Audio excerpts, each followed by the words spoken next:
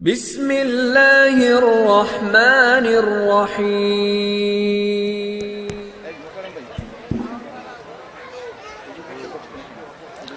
السلام عليكم ورحمة الله وبركاته.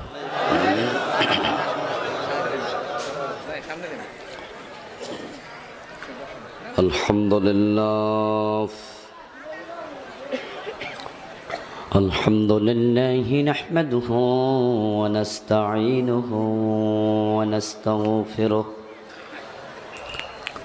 ونعوذ بالله من شرور أنفسنا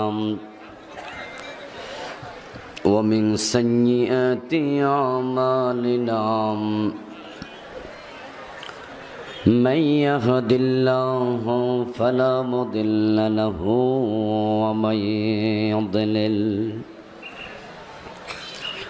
ومن يضلل فلن تجد له وليا مرشدا وأشهد أن لا إله إلا الله وأن محمدا عبده ورسوله أما بعد فقد قال الله تعالى في كلامه المجيد আমার সাথে পড়ুন আউযু বিল্লাহি মিনাশ শাইতানির রাজিম বিসমিল্লাহির রহমানির রহিম ولولا كلمة سبقت من ربك لكان لزاما وأجل مسمى فاصبر على ما يقولون وسبح بحمد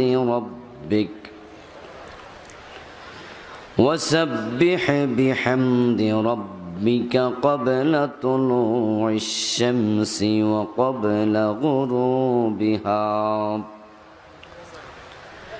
ومن آناء الليل فسبح وأطراف النهار لعلك ترضى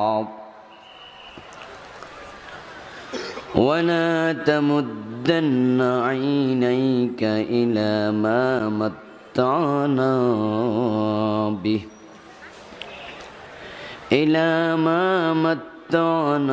به أزواجا منهم زهرة الحياة الدنيا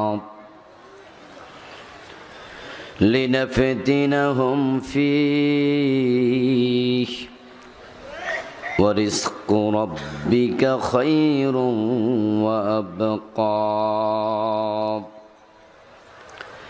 وأمر أهلك بالصلاة واصطبر عليها لا نسألك رزقا نحن نرزقك والعاقبة للتقوى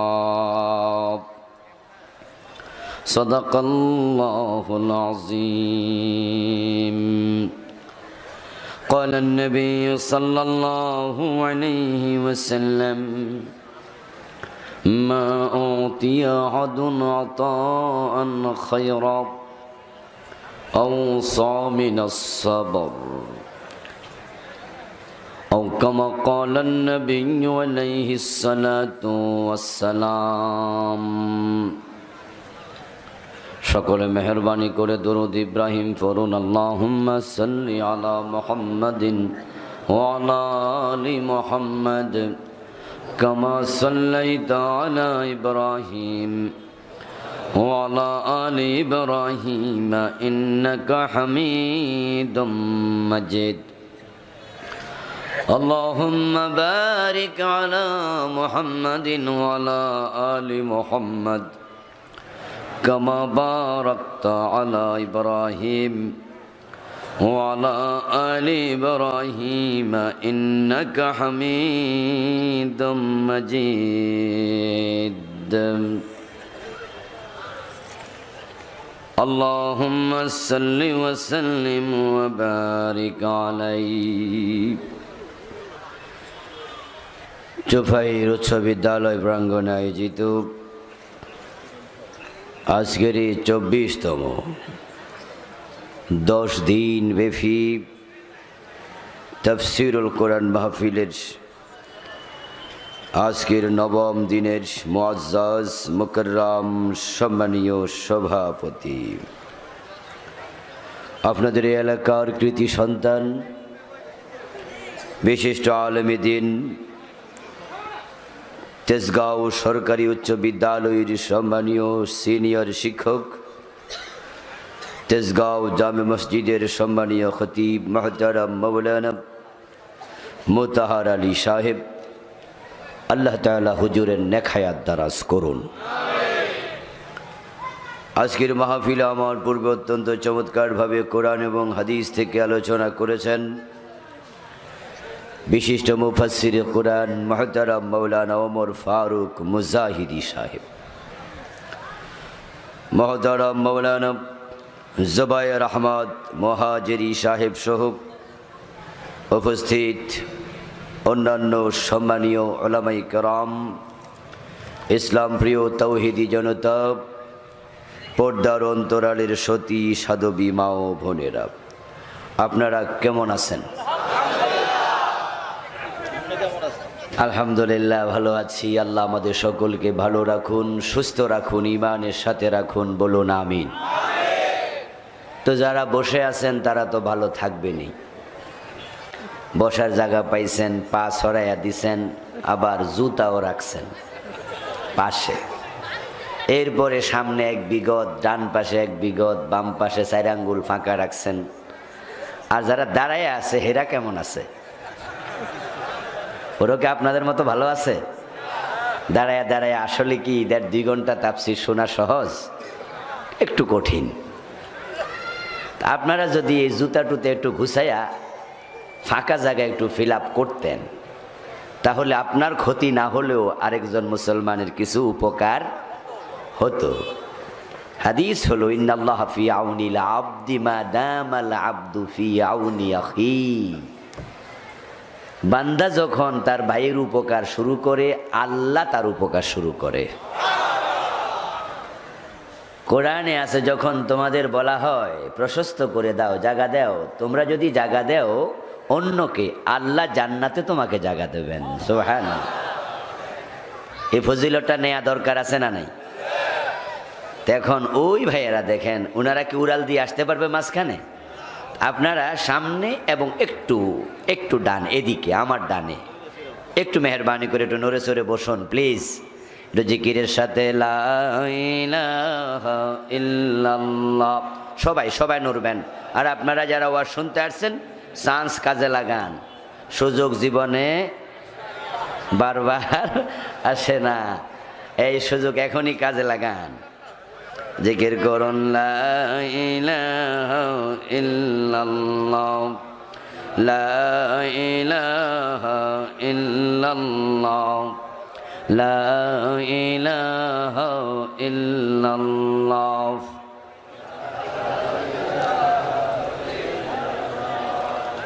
লা ইলাহা ইল্লাল্লাহ মুহাম্মাদুর রাসূলুল্লাহ।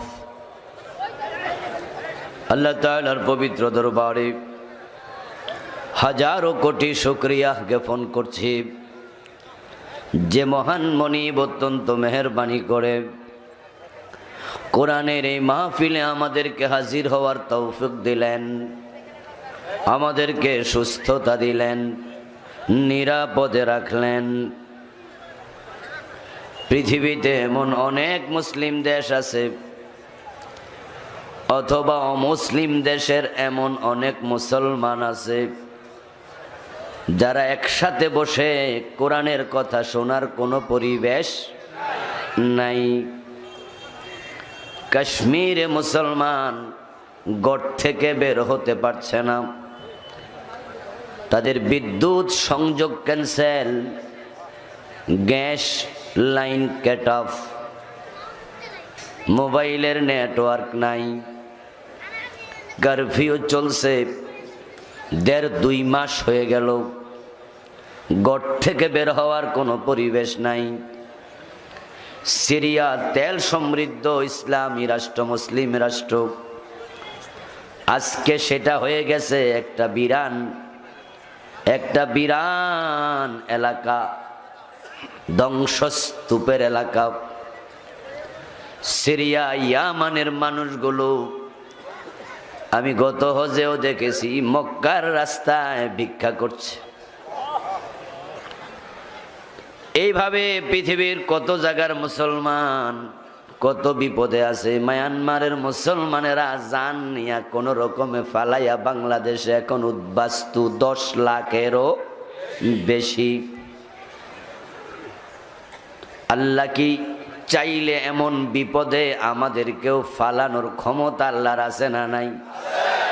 বিপদে ফেলতে আল্লাহর কতক্ষণ লাগে, কিন্তু তিনি আমাদের নিরাপত্তা দিলেন। আলহামদুলিল্লাহ, কত সুন্দর পরিবেশে আমরা কোরআনের কথা বলছি। যেই মনিবে পরিবেশ দিলেন, কোরআনের কথা শোনার মতো বলার মতো যোগ্যতা এবং মন মানসিকতা দিলেন। আমরা আলোচনার শুরুতে মন প্রাণ উজাড় করে অন্তরের সবটুকুন শ্রদ্ধা এবং ভালোবাসা দিয়ে আমাদের মনিব আল্লাহ তাআলাকে শুকরিয়া জানাই, কৃতজ্ঞতা জানাই। সবাই মিলে জোরে জোরে কালিমাত শুকর পড়ি, আলহামদুলিল্লাহ।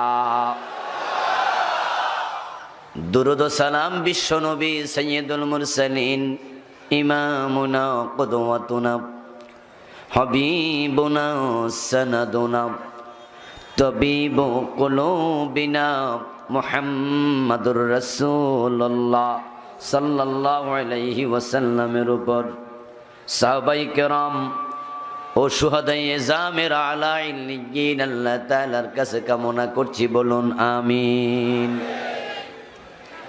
আমার ভাইয়েরা, চুপাইরের এই মাহফিল ধারাবাহিক তাফসিরের মাহফিল, সেই সুবাদে আমার আগের বক্তা পর্যন্ত সূরা তাহা এর 128 পর্যন্ত তাফসির হয়েছে। আমাকে 129 থেকে সূরা তাহার শেষ পর্যন্ত দেয়া হয়েছে। তিলাওয়াত করেছি মাত্র কয়েকটি আয়াত। এখানে 129 থেকে 135 পর্যন্ত আছে, তাহলে আয়াত হয়ে গেল 6টা। কয়টা হলো? কোন আয়াত যথেষ্ট বড়, বিষয়বস্তু আছে এর মাঝে 8 থেকে 10টা। আর আপনারা জানেন আমি বিষয়বস্তু নিয়ে কথা বলি এবং নরমাল আলোচনা করি 1.5 ঘন্টা থেকে 2 ঘন্টা। তাহলে যদি 8টা বিষয়বস্তু থাকে তাহলে সময় লাগবে 16 ঘন্টা, না লাগুক 10 ঘন্টা তো লাগা উচিত। এত সময় দেয়া কি সম্ভব? তাহলে কেমনে কি করি আপনারাই কোন? তাই তরজমা করব, আর বাকিটা আপনাদের ঘাড়ে থাকবে। আল্লাহর কোরআন সম্পর্কে আপনাকে জানতেই হবে। নুমিনু বিবাদিন ওয়া নাকফুরু বিবাদ। কিছু মানুষ আছে যারা বলবে কিছু মানি কিছু মানি না। ইউরিদুনা আন ইয়াত্তাখিযু বাইনা যালিকা সাবিলা। সব মানতে গেলে একটু সমস্যা আছে। তারা মনে করে সব মানলে কি আর দেশ চলব? যদি বলি সুদ বন্ধ, তাহলে বিশ্ব ব্যাংক ঋণ দেবে না, IMF দেবে না, ADB দেবে না, তাহলে বিদ্যুতের উন্নতি হবে কেমনে, রাস্তাঘাট হবে কি দিয়া? এই যে ভোলা পর্যন্ত বরিশাল থেকে 10 কিলোমিটারের চেয়েও লম্বা নতুন ব্রিজ হওয়ার পরিকল্পনা, কেমনে বানাবো? তাই দেশ উন্নতি করতে গেলে কিছু সুদ খাওয়া, কিছু দেয়া লাগে। হুজুররাই সব বোঝে না। ইয়াকুলুনা নুমিনু বিবাদিন ওয়া নাকফুরু বিবাদ, তারা বলবে কিছু মানি কিছু মানি না। আরে ভাই, মদ খাওয়া হারাম, এটা আমরাও বুঝি, কিন্তু আমেরিকা থেকে যখন মেহমানরা আসে হেরারে কিছু খাওয়ান লাগবো না? এরা তো বিধর্মী মেহমান। 5 স্টার হোটেলে কিছু মদ থাকুক, সব ওয়াজ মানা যায় না। ভারতের দাদারা যখন আসবে তখন ওরা তো এসব বোতল টোতল চায়, হারাম করলে দেমো করতে ওরা তো খুশি হইব না, ব্যবসায়ের সম্পর্কটা ক্যাটাপ হয়ে যাবে। তাই সব মানা যায় না। বোরকা যে লাগে, পর্দা যে ফরজ, আমরাও তো বুঝি, কিন্তু সবাই যদি পর্দা শুরু করে মহিলারা, তাহলে দেশ চলবনি কেমনে? বিপদ বিপদ লাগে। ইয়াকুলুনা নুমিনু বিবাদ, তাই তারা বলবে কিছু মানি, ওয়া নাকফুরু বিবাদিন, কিছু মানি না।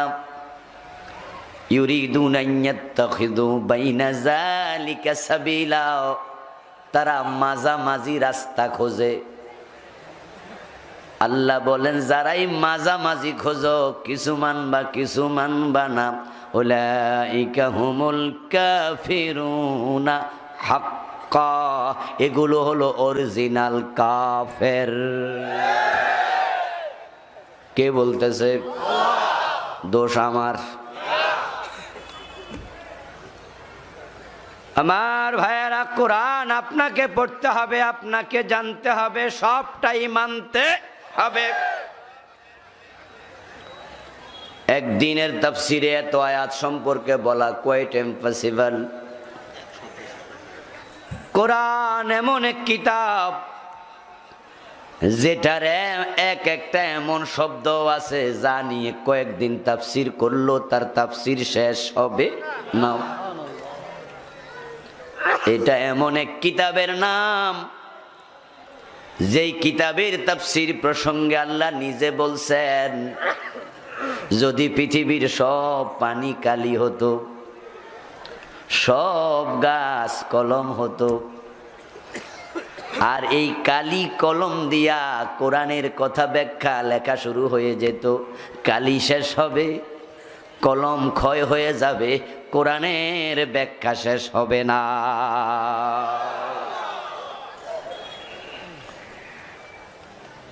লাউ কানা মিদাদান লিকালিমাতি রাব্বি লানাফিদাল বাহরু ক্বাবলা আন, পড়েন না আমার সাথে, ক্বাবলা আন তানফাদা কালিমাতু রাব্বি ওয়ালাউ জিনা বিমিসলিহি মাদাদা। আওয়াজ দিয়ে বলেন সুবহানাল্লাহ। লাউ কানাল বাহরু মিদাদা, যদি সমুদ্র সব পানি হয়ে যেত কালি। কে বলতেছে? লাউ আন্নামা ফিল আরদি মিন শাজারাতিন আকলাম ওয়াল বাহরু ইয়ামুদ্দুহু মিন বাদিহি সাবআতু আবহুর মা নাফিদাত কালিমাতুল্লাহ। সুবহানাল্লাহ। আল্লাহ তাআলা বলছেন, পৃথিবীর সব গাছ যদি কলম হতো, পৃথিবীতে যত সাগর আছে, মহাসাগর আছে, সাগরের সব পানি যদি 7 গুণ করা হতো। কয় গুণ? এমনি পৃথিবীতে পানি আছে, টোটাল পৃথিবীর 4 ভাগের 3 ভাগ হলো পানি, 1 ভাগ হলো মাটি। ওই ভারত মহাসাগরের সাথে বঙ্গোপসাগরের লিঙ্ক আছে না নাই? বঙ্গোপসাগরের সাথে ভারত মহাসাগর, ভারত মহাসাগরের সাথে আটলান্টিক, আটলান্টিকের সাথে প্রশান্ত। এইভাবে তাম পৃথিবীর সব সাগরগুলো মূলত একটার সাথে আর একটা জয়েন্ট আছে না নাই? এই সব পানি যদি 7 গুণ হইতো, পৃথিবীতে কি পরিমাণ যে পানি আছে আল্লাহ ছাড়া কেউ জানে না, কেউ জানে না, কেউ জানে না। আমার ভাই, পৃথিবীর সবচেয়ে গভীরতম সাগরের নাম প্রশান্ত মহাসাগর, যার গভীরতা হলো 36,000 ফিট। সুবহানাল্লাহ বলবেন না? কত হাজার ফিট? আর পৃথিবীর সবচেয়ে উঁচু পাহাড়ের নাম হলো হিমালয়। তার সবচেয়ে উঁচু চূড়া যেখানে আছে তার নাম এভারেস্ট। ওই এভারেস্টের উচ্চতা হলো 29,000 ফিট।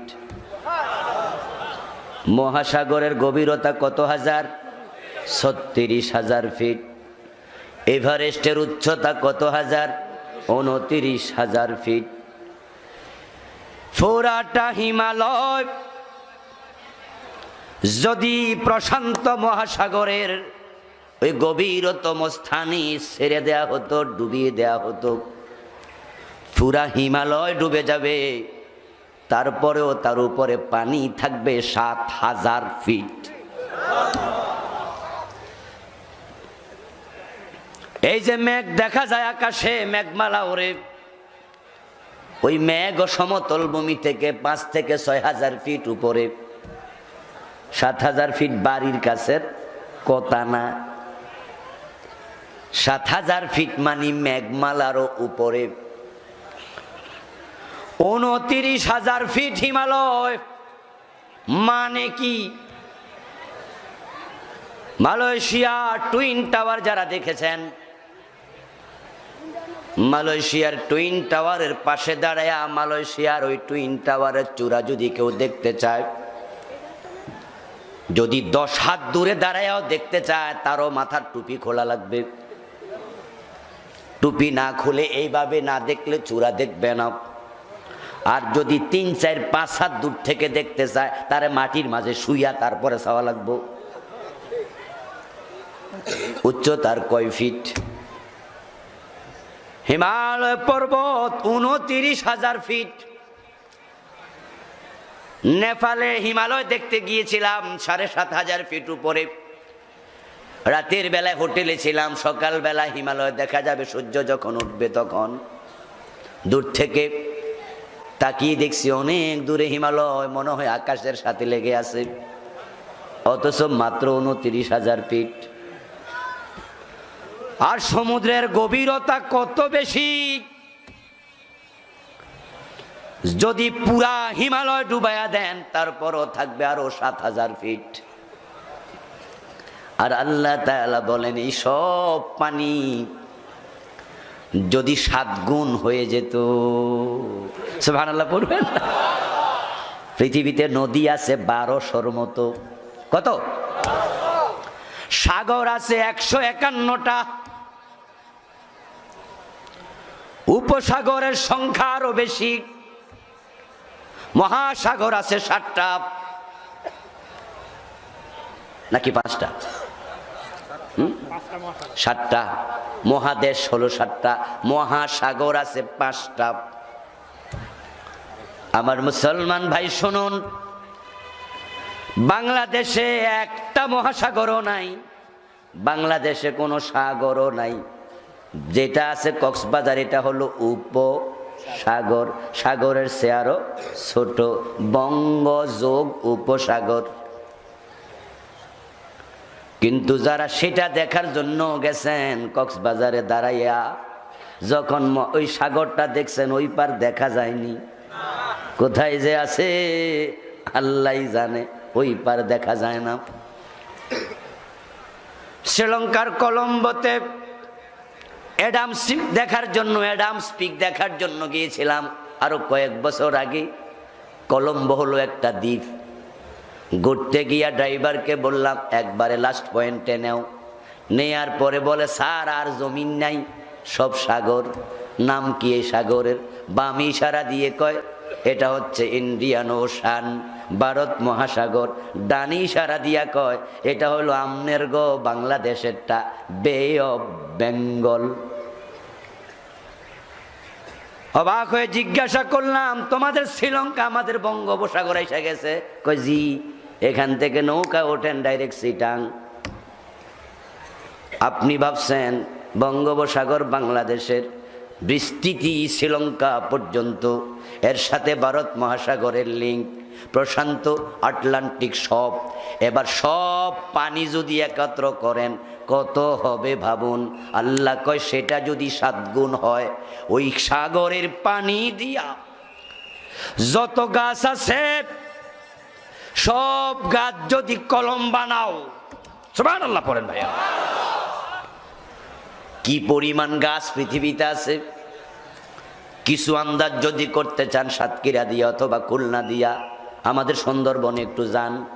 সিরু ফিল আরদে, জমিনে সফর করার জন্য আল্লাহর নির্দেশনা আছে না নাই? ঈমান বেড়ে যাবে, ঈমান বেড়ে যাবে। আমার ভাইয়ারা 2001 সনে গিয়েছিলাম সুন্দরবন দেখার জন্য।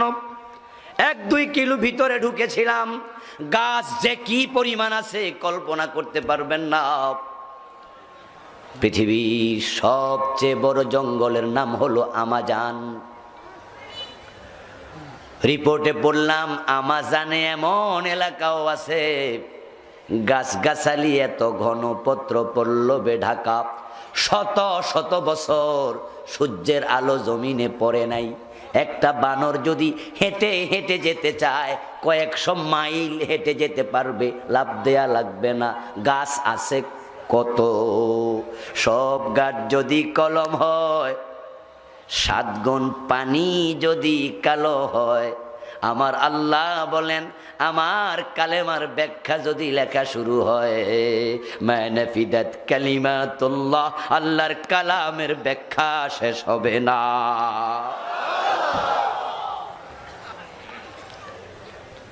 তাই তো পৃথিবীর যত বড় বড় মুহাসসিব মুফাসসির পৃথিবীতে এসেছেন, তাফসীরে কবীরের মতো বড় তাফসীর ওয়ালাম, তাফসীরে কাশফ প্রণেতা আলিফ লাম মিম শব্দের তাফসীর করেছেন 2.25 পৃষ্ঠা। অথচ কথা ছিল আলিফ লাম মিমের কোনো তাফসীর নাই। ওলামায়ে কেরাম এখানে আছেন, ওই আলিফ লাম মিম ইয়াসিন যেই সূরা আজকে আমি তাফসীর করছি, তাহা, এগুলোকে বলে হুরুফে মুকাত্তাআত মিন আয়াতিল মুতাশাবিহাত। তাফসীরে জালালাইন খোলেন, ব্যাখ্যা পাবেন 3 শব্দ, আল্লাহু আলামু বিমুরাদিহি বিহ। উনি কয় এর ব্যাখ্যা আমি কিচ্ছু জানি না, আল্লাহ ভালো জানে, যেটার কোনো ব্যাখ্যা নাই। তাফসীরে কাশফ প্রণেতা বাইজাবি খুলুন, আমার বন্ধু তাফসীরে বাইজাবি প্রণেতাও 2 পৃষ্ঠা লিখছে, নাই তাও এতটুকু।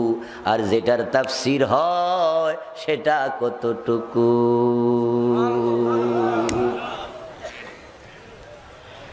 এরপরেও পৃথিবীর কোনো মুফাসসির এই কথার দাবি করে নাই যে আমি কোরআনে সব তাফসীর লেখা লাইছি, এইটাই শেষ।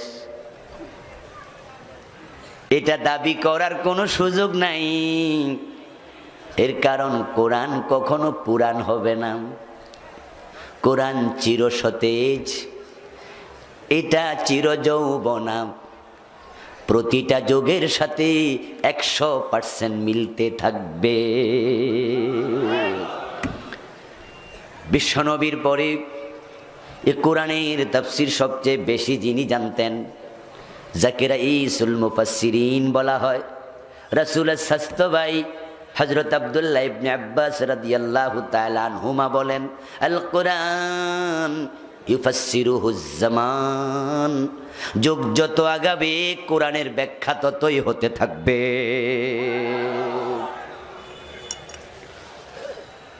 মৌলিক মাসাইল যেগুলো শরীয়তের সাথে সম্পৃক্ত,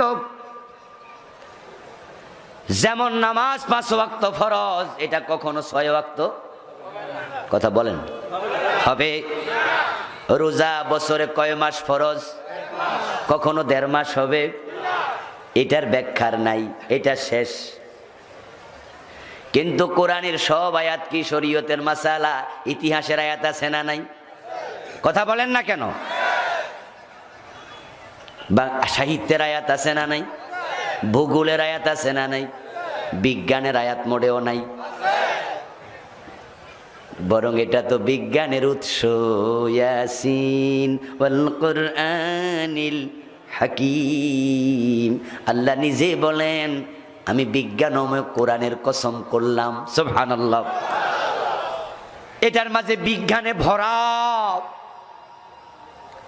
বিজ্ঞান যত আগাবে এটার জরুরত তত বাড়বে।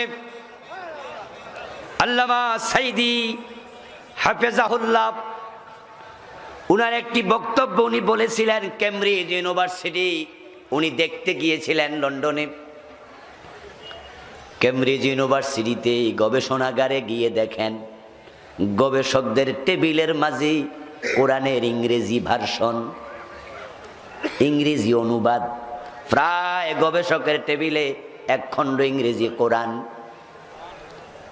আল্লামা বলেন আমি 1-2জনকে প্রশ্ন করলাম, ভাই তোমরা তো কেউ হিন্দু, কেউ বৌদ্ধ, কেউ ইহুদি, কেউ নাস্তিক, মুসলমান গবেষক আছে খুব কম, কিন্তু প্রায় সবার টেবিলে কোরআন কেন? তখন তারা উত্তর দিয়েছে কোরআনের মাঝে বিজ্ঞান পাওয়া যায়। অসংখ্য থিওরি, অসংখ্য থিওরি। কোরআনে কি বিজ্ঞান আছে এটা আলাদা একটি সাবজেক্ট, তাই সেদিকে গেলাম না।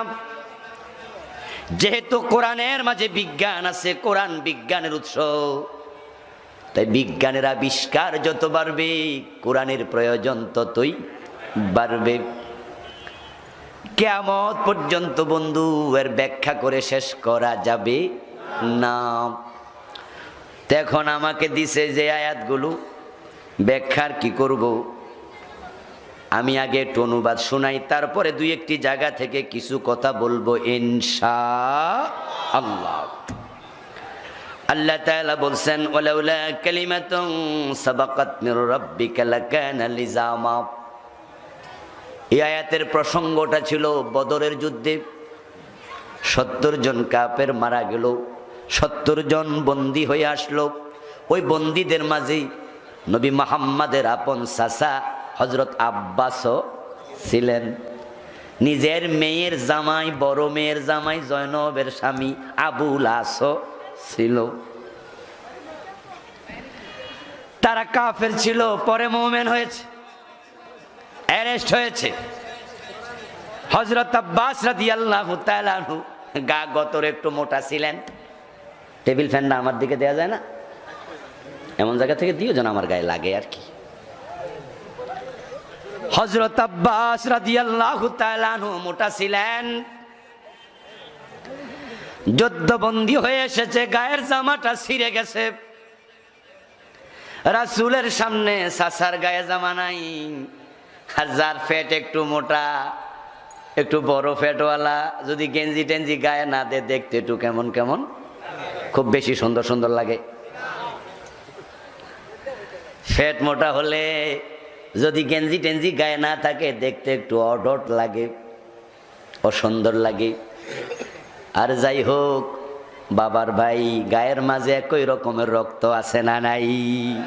হাদিসে আছে ইন্না আম্মার রাজুল সিনওয়াবিহি, নিশ্চয় কোন ব্যক্তির চাচা তার বাবারই মতো। হাইরে, জন্মের আগে বাবা মরে গেছে, রাসূল কখনো বাবা দেখেন নাই, এ চাচারাই তো বাবার মতো।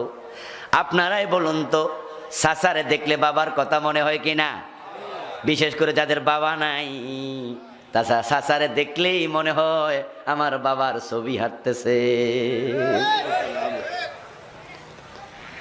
আল্লাহর হাবিব এখন গায়ের জামা মোড়া মানুষ, সাহাবাদের কারোটাই লাগে না। চিকন মানুষের জামা দিলে তো ফাইটটা যাইব। তো মদিনা একটা মোড়া লোক ছিল পেটওয়ালা, তার নাম ছিল আব্দুল্লাহ ইবনে উবাই। কি নাম ছিল? আর সে ছিল মুনাফিকদের সরদার। বিশ্বনবী আব্দুল্লাহ ইবনে উবাই যে মুনাফিক তিনি জানতেন, আল্লাহ জানাইয়া দিছে। প্রথম দিকে জানতেন না, পরে জেনেছেন। হেরে কয়, ও আব্দুল্লাহ, তোমার জামাটা একটু খুলে দাও, একটা জামা দাও, আমার চাচারে একটু দিতাম। আব্দুল্লাহ ইবনে উবাই সেদিন আর মানা করে নাই, গায়ের জামাটা দিছে। আব্দুল্লাহ ইবনে উবাই যখন মারা যায়, তার ছেলেও রাসূলের কাছে একটা জামা চাইছিল।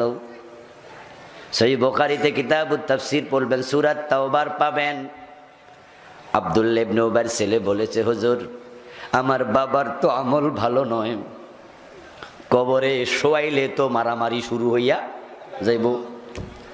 তা আপনার গায়ের জামাটা যদি দিতেন, তাহলে আপনার জামাটা পেঁচাইয়া কবরে রাখতাম। হতে পারে আপনার জামার ওসিলায় আমার বাবার কবর আযাব বন্ধ হতেও পারে। বিশ্বনবী মোক্ষম সুযোগ পাইয়া গেলেন, কারণ চাচারে হাওলাত লইয়া দিছিলেন, একটা ছোট্ট ঋণ আছে না নাই? তাই মুনাফিকের ঋণ রাখবো কেন, সাথে সাথে খুলে দিয়ে দিচ্ছেন। সুবহানাল্লাহ। 70 জন কাফের বন্দী হলো, 70 জন জাহান্নামে গেল বদরে। আজকের দিনে তো জেলখানা আছে, তাই যদি কোথাও অপরাধী ধরা পড়ে, যেমন আমরা আজকের মাহফিলে যদি এখানে 10,000 12,000 লোক থাকি, সরকার যদি সবাইরে ধরে নেয়, সবাইরে আটকায়া রাখার মতো জেলখানা কি বাংলাদেশে নাই? কিন্তু তৎকালে সিস্টেমটা ছিল না। এখন এই লোকগুলোরে কি করি, তাই তারা দাস বানাইতো। কি বানাইতো? আবু বকর রাদিয়াল্লাহু তাআলা আনহু বলেন, হুজুর একটা কাম করেন, তারা তো আমাদের স্বাস্থ্য ভাই, খালতো ভাই, বাতিজা, মাইয়ার জামাই, চাচা, জেঠা, বোঝে নাই, তাই দুশ্মনী করছে, যুদ্ধ করতে আইছে। আজকে তো দরা খাইয়া কিছুটা হইলো বুঝছে, তাই একটা কাম করেন, তারা আমরা ছাইরা দেই, কিছু মুক্তিপণ নেই। হেরাও সারা পাইলো, আমরাও কিছু টাকা পাইলাম। মদিনায় মুহাজির সাহাবারা গরিব, তাদের টাকা পয়সা দরকার আছে না নাই? ওই মক্কায় বাড়ি ঘরের টাকা পয়সা সব রেখে হিজরত করেছে। হযরত ওমর কয়, আমার কথা আছে, অবজেকশন। মেজাজি মানুষ, অবজেকশন আছে। বিশ্বনবী বলেন, তোমার আবার কি কথা বলো? হযরত ওমর রাদিয়াল্লাহু তাআলা আনহু বলেন, একটারেও ছাড়বেন না, সব জবাই করে আনান। কারণ যদি এগুলারে ছাইরা দেন, মক্কায় যাইয়া আবার নাডামি করবে। বরং আমি ওমরের পরামর্শ হলো, যারা ধরা পড়ছে তারা তো আমাদের আত্মীয়, যার যার আত্মীয় তার হাতে দেন, হে নিজে জবাই করুক, যেন এটা নিয়ে কোনো সমালোচনার না হয়। আপনার বাতি যারা আমি মারলে আপনি কইবেন, তুই মারার সময় গুতাটা জোরে দিছিস কেন? আবার আমার স্বাস্থ্য বাইরে আমনে মারলে আমি কমু, এই বেডে এক কোপে তো কাটতে পারতি, 13-14টা কোপ দিলি কেন? বরং ভালো হলো আমারটা আমারে দেন, আপনারটা আপনি কাটেন। বিশ্বনবী হযরত ওমরের পরামর্শ গ্রহণ করেন নাই। আবু বকর রাদিয়াল্লাহু তাআলা আনহুর পরামর্শ গ্রহণ করে তিনি বললেন, ঠিক আছে, মুক্তিপণ দিলে ছেড়ে দেব। মুক্তিপণ নিয়ে ছেড়ে দিলেন। আল্লাহ তাআলা বলেন, ওয়ালাউলা কালিমাতুন সাবাকাত মির রাব্বিক লাকানা লিজামা। আমি আল্লাহর সাথে পরামর্শ করেন নাই, সাহাবীদের সাথে করছেন। পরামর্শ ভালো জিনিস, কিন্তু ওহির জন্য একটু অপেক্ষা করলো তো। সুবহানাল্লাহ করবেন না ভাইয়ারা? পরামর্শ ভালো, কিন্তু আপনি ওহির জন্য ওয়েট করতে পারতেন যে দেই আল্লাহ কি কয়। তবে হ্যাঁ, আল্লাহর ইলমের মাঝে আছে এই জাতীয় সিদ্ধান্ত জায়েজ। আগেকার নবীদের যুগেও মুক্তিপণের নীতি ছিল, তাই আপনি বাইসা গেলেন, সাহাবারা বেঁচে গেল। যদি এই সিদ্ধান্ত আল্লাহর ইলমে না থাকতো, লাকানা লিজামাম, তাহলে আপনাদের উপরে শাস্তি ওয়াজিব হয়ে যেত। এরপরের আয়াত, ফাসবির আলা মা ইয়াকুলুন। বিশ্বনবীর সাথে কাফেরদের যখন এ দুশমনি চলছে, এ দুশমনি চলাকালে মক্কায় 13 বছর জ্বালাইছে কাফেরেরা। মদিনা হিজরতের পরেও তাদের জ্বালানো বন্ধ না চলমান? কথা বলেন না ভাইয়েরা? অত্যাচার বন্ধ না চলমান? রাসূলকে ওহুদের দিন এসে দাঁতটা ভাঙ্গা দিছে। ভাত মাছ খাওয়ার সময় আমরা যখন খাবার গ্রহণ করি, আমার ভাই যদি চিকন কোনো কাঁটা দাঁতের ভিতরে কোনা কানিতে জিহ্বায় লেগে যায়, বলুন তো আপনারা খাবার চলতে থাকে না বন্ধ হয়ে যায়? এক লোকমা ভাত আর খাওয়া চলবে না, আগে কাঁটাটা খোলো। কত চেষ্টা, কত কষ্ট, আঙ্গুল গালের ভিতরে ঢুকাই দে, তাড়াতাড়ি ভাত আন, সাবাইয়া খাইতাম না, কলা নিয়ে আয়, ফাউরুটি নিয়ে আয়, কোনোভাবে যায় না, একটা বিলাই ধরে আন, হেড ঠেঙে ধরি। কিছু কিছু অঞ্চলে এমন কুসংস্কারও আছে না নাই? বিড়ালের পায়ে ধরে কয়, বিলাই রে আমার কাঁটাটা তুই ছাইরা দে, নাউজুবিল্লাহ। অর্থাৎ সে কাঁটা থেকে মুক্তি চায়। চিকন একটা কাঁটা যদি অতটা যন্ত্রণা দেয়, রাসূলের 2টা কাঁচা দাঁত ভেঙে দিয়েছে, তার ব্যথা কত। এই যে কষ্ট চলছে, আল্লাহ তাআলা রাসূলকে বলেন ফাসবির, ও আমার নবী আপনি ধৈর্য ধরেন। সুবহানাল্লাহ। ওয়াসবির ফাসবির আলা মা ইয়াকুলুন। তারা আপনাকে পাগল বলে, গণক বলে, জাদুকর বলে, কবি বলে, আপনাকে তারা কত রকমের কথা মিথ্যুক পর্যন্ত বলছে। আপনার ব্যক্তিত্বে আঘাত দিয়ে কথা বলে, আপনাকে তারা নবুয়তের 7ম সনে ধরে জেলে ঢুকাইয়া দিছে, 3টা বছর জেল পর্যন্ত কাটাইছে। আপনাকে তারা পাথর মারতে মারতে পাগল বলে বলে বাচ্চাদের লেলিয়ে দিয়েছে তায়েফে। বিশ্বনবীর গায়ে এমন একটা পশমের জায়গা নাই যেখানে রক্ত তায়েফে লাগে নাই। জান বাঁচানোর জন্য কোন রকম একটি বাগানের ভিতরে ঢুকলেন, বাচ্চাগুলো চলে গেল পাথর মারা বন্ধ করে। আল্লাহর হাবিব সাল্লাল্লাহু আলাইহি ওয়াসাল্লাম মাটির মাঝে একটু বসলেন। একবারে রক্তাক্ত মানুষ, বসে তাকায়া দেখেন বিশ্বনবীর গায়ের চারপাশ রক্তে মাটি ভিজে গেছে। কোন কোন মুআররিখ লিখেন আল্লাহর হাবিব রক্ত তুলে গায়ের মাঝে মাখতেছেন, মনে মনে ভাবছেন নবীর রক্ত যেই জমিনে আল্লাহর গজব এসে যেতে পারে। মালাকুল জাবাল, পাহাড়ের দায়িত্বে নিয়োজিত ফেরেশতা এসে বলে, হে আল্লাহর রাসূল আমাকে অনুমতি দিন, আমি তায়েফের পাহাড়গুলো জড়ো করি। সৌদি আরবের তায়েফ অঞ্চলে যারা গেছেন, চাকরি বাকরি করছেন, বেড়াইতেও গেছেন, এই রোজার আগের রোজা আমি 2টা মাহফিল করতে গেছি। ওই তায়েফ আপনারা দেখেছেন, হাজার হাজার পাহাড়।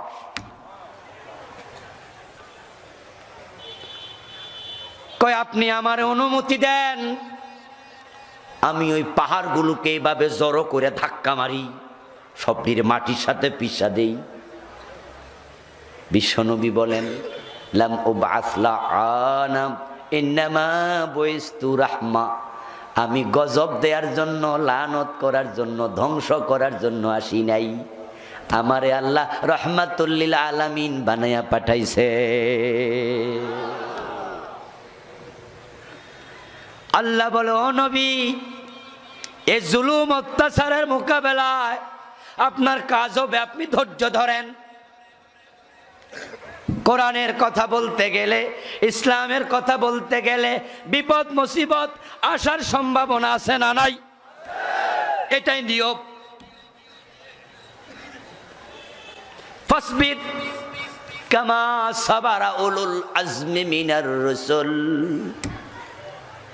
আল্লাহ কোরআনের আরেক জায়গায় বলেন, ও নবী, এ ধৈর্য আপনি একাই ধরেন নাই, আপনার আগে যে বড় বড় নবী রাসূলরা আসছে, এ জাতীয় ঘটনা তাদের জীবনেও এসেছিল, তারাও ধৈর্য ধারণ করেছে। আপনি মনে করবেন না যে আপনি একা। আপনার উপরে এরকম অত্যাচার করছে, দাঁত ভেঙ্গে দেয়, মাথায় হেলমেট ঢুকে রাসূল বেহুশ হলেন উহুদে, 3 ঘন্টা বেহুশ ছিলেন। রক্তাক্ত বেহুশ নবীকে আবু বকর ওমর রাদিয়াল্লাহু তাআলা আনহুমা কাঁধের মাঝে তুলে উহুদ পাহাড়ে গিয়া পানি ঢেলে চিকিৎসা করে হুঁশ ফিরাইছে। আপনার বন্দি দশায় খাবার পানিও বন্ধ করে দিয়েছে। খাবারের অভাবে শিয়াবে আবি তালেবে রাসূল পরিবার গাছের ছাল বাকল লতা পাতা খেয়েছে, পায়খানা ছাগলের পায়খানার মতো হয়ে গেছে, মহিলাদের বুকের দুধ শুকায়া গেছে। রাতের বেলায় বাচ্চাদের চিৎকারে আকাশ বাড়ি হয়ে যেত। ও নবী, আপনি ভাববেন না আপনি একা, আমি বুঝি এসব দেখি না। ওয়াসবির লিহুকমি রাব্বিকা ফাইন্নাকা বিআয়ুনিনা। আপনি ধৈর্য ধরুন, এটা আপনার রবের আদেশ, আপনি আমার চোখের সামনেই আছেন। সুবহানাল্লাহ পড়বেন না ভাইরা? কামা সাবারা উলুল আজমি মিনার রাসূল। এই কাজ করতে গেলে এমনই হয়, এটাই নিয়ম।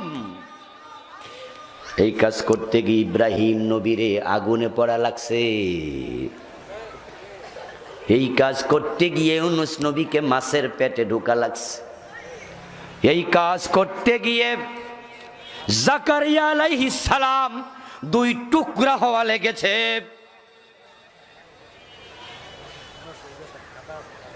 সূরা আল ইমরান পড়ুন, একটি আয়াত আছে, ইয়াকতুলুনাল আম্বিয়া বিগাইরি হাক্কিন।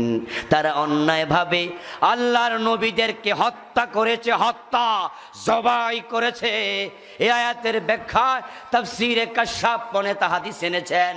বিশ্ব নবী বললেন, একদিন সকাল বেলায় বনি ইসরাইলের লোকেরা 43 জন নবীকে হাত পা বেঁধে মাটিতে শোয়াইয়া একসাথে জবাই করেছে।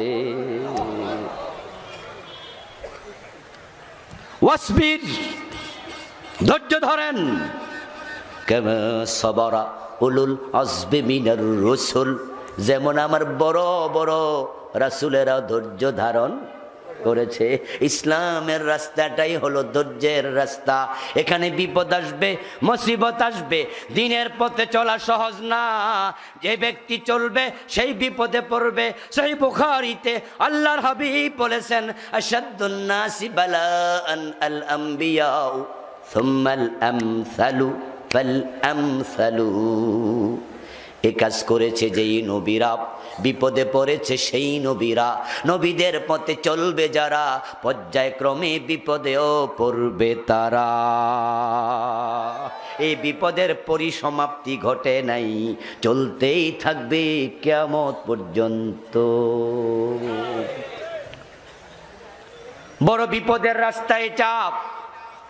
ও নবী, যে দায়িত্ব আপনি নিয়েছেন, ধৈর্য ছাড়াই কাজ চলবে না। সুতরাং আপনাদের বলছি, কোরআনের রাস্তা, ইসলামের রাস্তা যারা চলতে চান, তাদেরকেও ধৈর্য শিখতে হবে। কোথায় যাবে? ধৈর্যের বাদে যাওয়ার সুযোগ নাই। ইউনূস আলাইহিস সালাম সামান্য ধৈর্য হারা হয়েছিল, আল্লাহ মাছের পেটে ঢুকাইয়া দিছে। তাফসীর পড়ুন, তাফসীর পড়ুন। ইউনূস আলাইহিস সালামের দায়িত্ব ছিল নিনুয়া নামক এলাকা। কি বলছি? জায়গার নাম বলেন। কি বলছি? নিনুয়া। এলাকা ভিত্তিক নবী। মাদায়ানের জন্য নবী হযরত শুআয়ব, লূত আলাইহিস সালামের উম্মতের জন্য লূত, সামুদ জাতির জন্য হযরত সালেহ, আদ জাতির জন্য হযরত হুদ।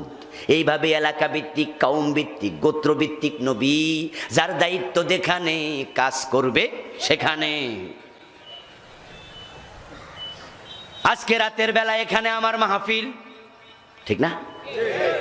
আমি যত বড় বক্তা হই, যদি এই মাহফিলে না আইসা আমি পাশের গ্রামে এক মাহফিল আছে ওখানে যাইয়া কইতাম মাইকটা আমারে দেন, হেরা আমারে দেখে বিব্রত হইতো, কইতো হুজুর আমনেরে তো খুঁজেই পাওয়া যায় না, কিন্তু আজগা না, আজগা আরেক হুজুর এই আমনেরে ফামু জানলে তো আমরা এই হুজুরের দাওয়াত দিতাম না, আমনেরে পাই না খুঁজা, কিন্তু হুজুর আইহা না, তা আজগা সুযোগ। এ কথাটা সত্য কিনা? সত্য কথা। আপনি এই যে সুপার স্কুল না, এটা এই স্কুলে আসবে হঠাৎ করে টিউনু সাহেব, আসার পরে দেখে হেডমাস্টার সাহেব নাই। জিজ্ঞাসা করলো হেড স্যার কোথায়? যিনি সহকারী হেডমাস্টার উনি কয় জানি না। এই টিচাররা আপনারা সবাই আসেন, বসেন, মিটিংয়ে বসলাম। হেড স্যার কোথায়? উনি কেউ কয় জানি না, স্যার তো আসে নাই, মোবাইল নাম্বার দেন। মোবাইল দিল। টিউনু সাহেব কয় হেড স্যার আপনি কই? উনি কয় আমি তো একটু খেতে আইছিলাম, কিছু বদলা মনি আছে, ওরা রোয়া লাগাইতেছে, আমি দেখতে আইছি। টিউনু সাহেব খুশি হইব?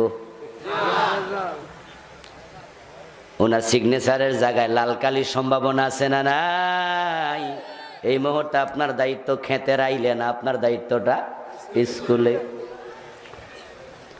ইউনূস আলাইহিস সালামের দায়িত্ব নিনওয়াব, উনি মানুষকে দিনের দাওয়াত দিচ্ছিলেন, মানুষগুলো অবাধ্যতা করছিল, বেয়াদবি করেছে, মানুষ আপনজন চিনে না। মক্কার মানুষগুলো বিশ্ব নবীরে চিনল না, ঠিক না? ঠিক, তারাইয়া দিল। যাকে আমরা পাইলে পায়ে চুমু দিতাম, হাতে চুমু দিতাম, জড়াইয়া ধরতাম, কাঁধে তুলে নাচতাম। নিজের মাথার টুপিটা খুলে রাসূলের কপালের ঘাম মুছে দিতাম, হাতের রুমাল দিয়া পা মুছে দিতাম। কিন্তু ওই মক্কার লোকেরা বলেছে মুহাম্মদকে জীবিত পাইলে কাইটা ফেল, যদি পলায়া যায় ধৈরান, কল্লা আনতে পারলেও 100 লাল ওট পুরস্কার পাইবি।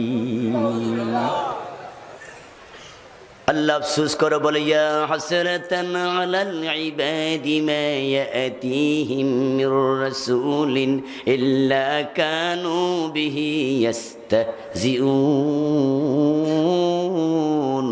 আফসোস আমার বান্দাদের জন্য, যখনই নবী রাসূলরা গেছে তারা বেয়াদবি করেছে।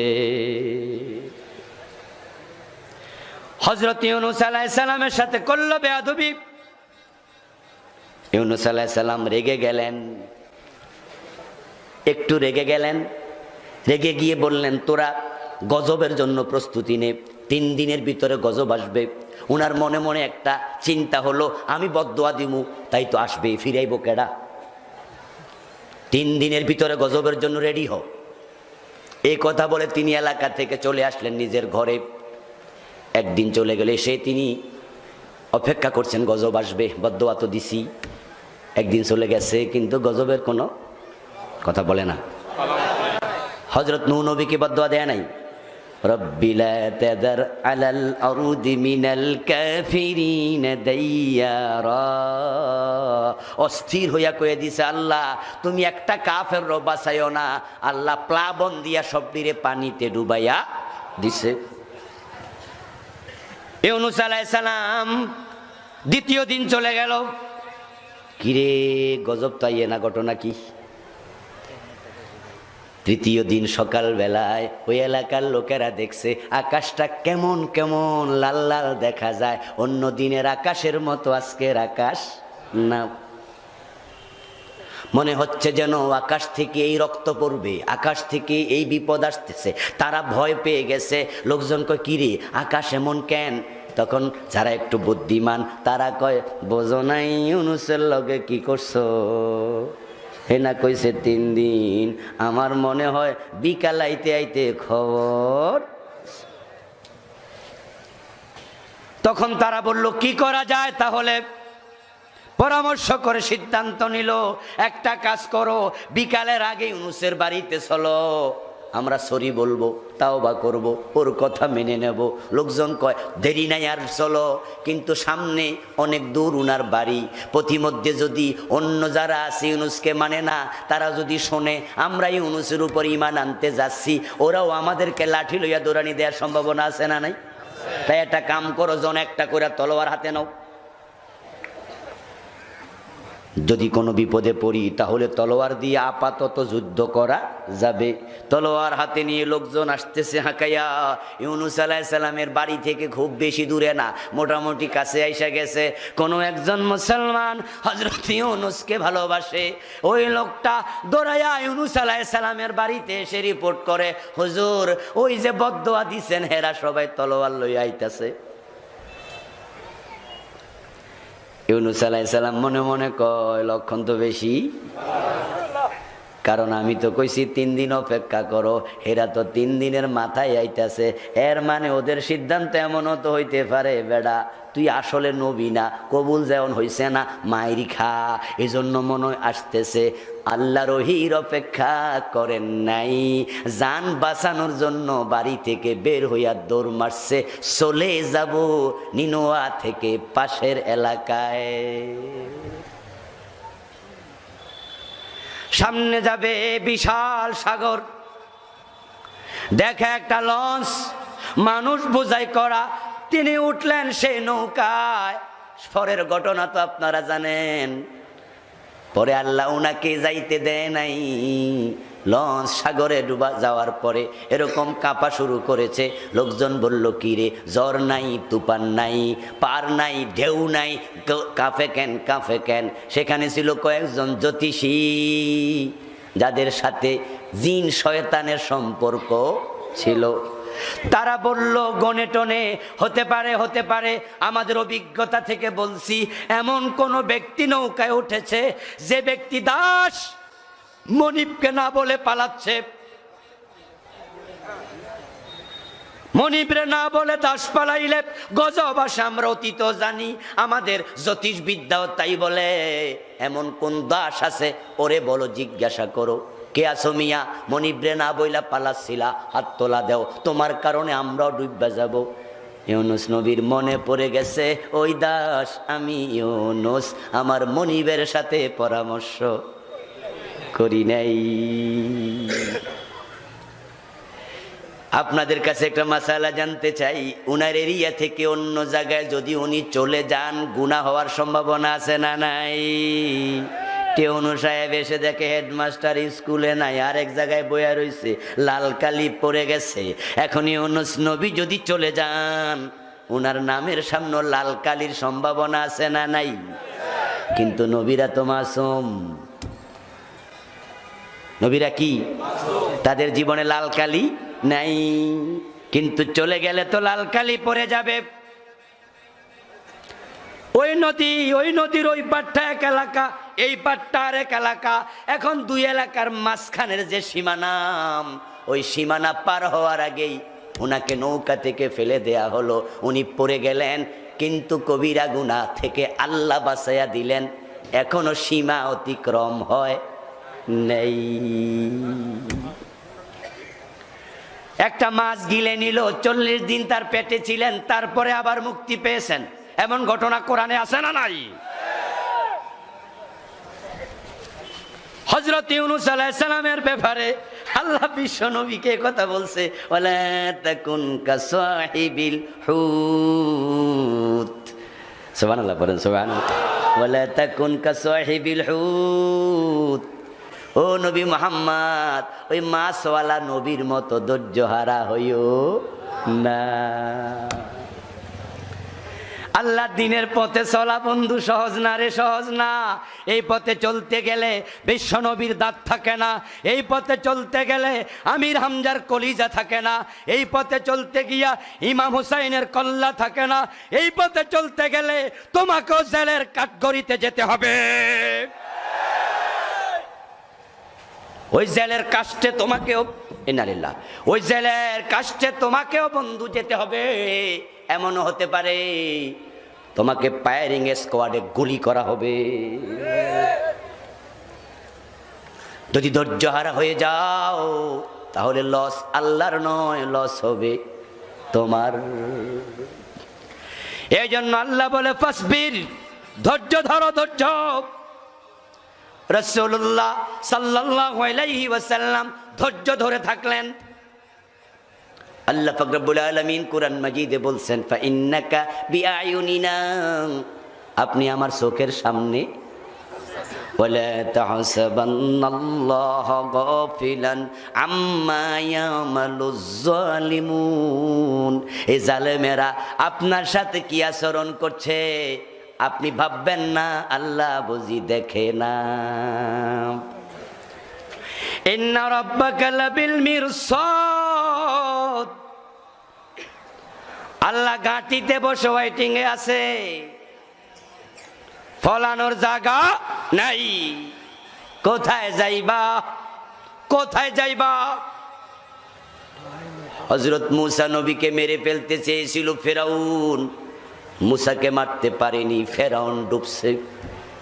ইব্রাহিম নবীকে মারতে চেয়েছিল নমরুদ, ইব্রাহিম মরেনি, নমরুদ জুতার বাড়ি খাইয়া মরছে। বিশ্ব নবীকে মারতে চেয়েছিল আবু জেহেল, বিশ্ব নবীকে মারতে পারেনি, আবু জেহেল মরেছে।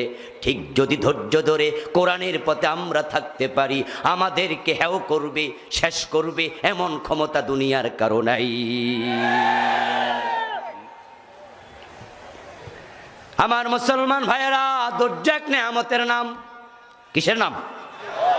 আল্লাহর হাবিব বলেন মা উতিয়া হাদুন আতাআন খায়রা আওসা মিনাস সাবর, আল্লাহ ধৈর্যের মতো নিয়ামত আর কাউকে দেন নাই। যার ধৈর্য যত বেশি আল্লাহ তার কাছে তত বেশি। ইন্নাল্লাহা মা'আস সাবিরিন, আল্লাহ হলেন সব ধৈর্যশীলের সঙ্গী। কিন্তু বড় পরিতাপ, বাংলাদেশের লোকদের ধৈর্য হলো সবচেয়ে কম। আমি এটা জানি না এটা মাটির প্রভাব কিনা, হতেও পারে। এত অস্থির লোক কেউ নাই। রাস্তায় যানজট দেখেন না, মাঝে মাঝে লাগে 3 কিলো যানজট পার হয়ে আইসা দেখি কিছু হয় নাই, শুধু কার আগে কে যাইব এটা লাইগা রাস্তা বন্ধ করে এবার ঘুমায়। ধৈর্য এত কম, এই ধৈর্য কমের কারণে স্বামী স্ত্রী তালাক হয় বেশি, ঠিক না ঠিক? ধৈর্যের কারণে ঝামেলা লেগে গেল।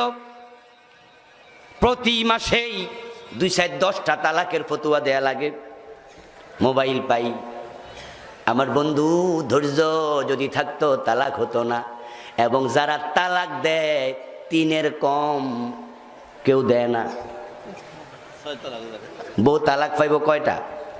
কথা কয় না, কয়টা পাইব? 3টা। দেয়ার সময় কম দিল 3টা দেয়, কেউ কেউ 4-5টা 10টাও দেয়, মানা যে করে হেরেও দেয়। কথা বোঝেন? বউরে তালাক দিচ্ছে, সামনে খাড়ায় আছে খালাম্মা অথবা স্বাস্থ্য বোন অথবা বড় ভাইয়ের বউ, কয় তুই কি করলি? তোমারও তালাক। রাগের ঠেলায় তালাক দেয়। অথচ বন্ধু, তালাক হলো এমন এক কাজ যেটা অপারেশনের রোগীর মতো, চাইলেই অপারেশন চলে না। এটা হচ্ছে সর্বশেষ পন্থা, ঠিক না? তালাক আবগাদুল মুবাহাত, তালাক হলো সব হালালের মাঝে সবচেয়ে নিকৃষ্ট হালাল। ধৈর্যচ্যুতির কারণে মারামারি, হানাহানি।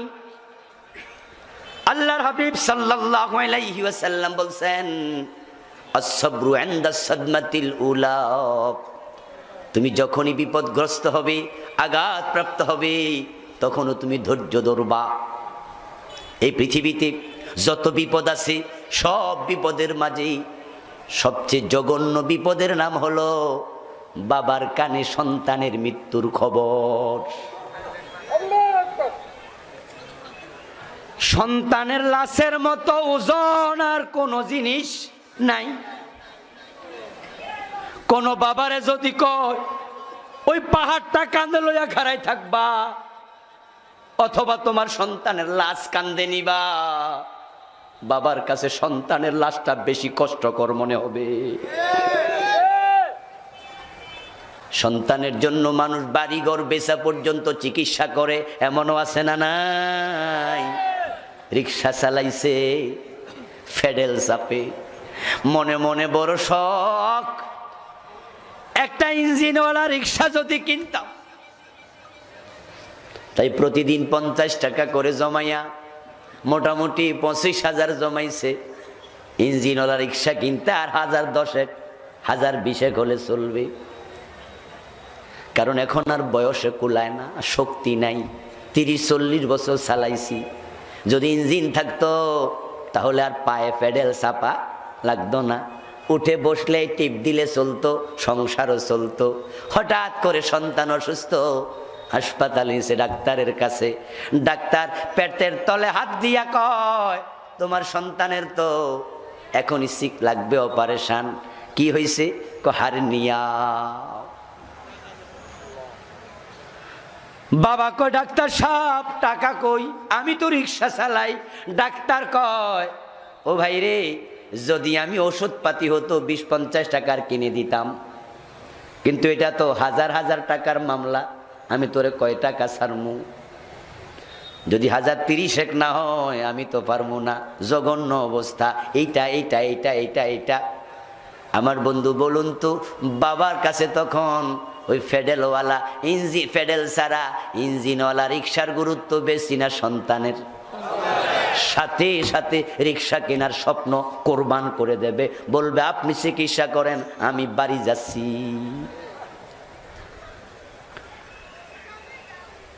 ওই বিপদ যখন মানুষের ঘটে,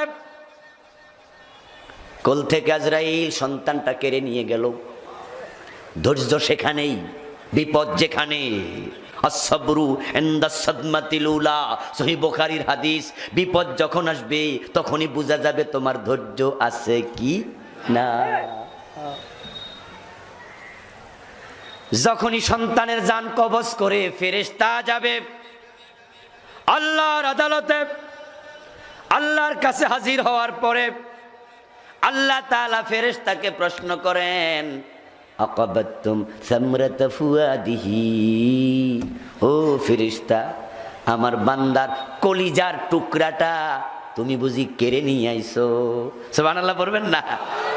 সন্তান যে কলিজার টুকরা, এটা আল্লাহ ভালো করে। সন্তানেরা মা বাপরে বোঝে না, বিয়া কইরা ভুলা যায়, খবর নেয় না। ও যুবক, তোমার গর্ভবতী বউয়ের দিকে তাকায়া তোমার মায়ের কষ্ট একটু অনুভব করার চেষ্টা করো। সন্তান পেটে আইছে, তোমার বউ বমি করে খাইতে পারে না, ঠিক তুমি যখন পেটে আইছো তোমার মাও তাই করেছে।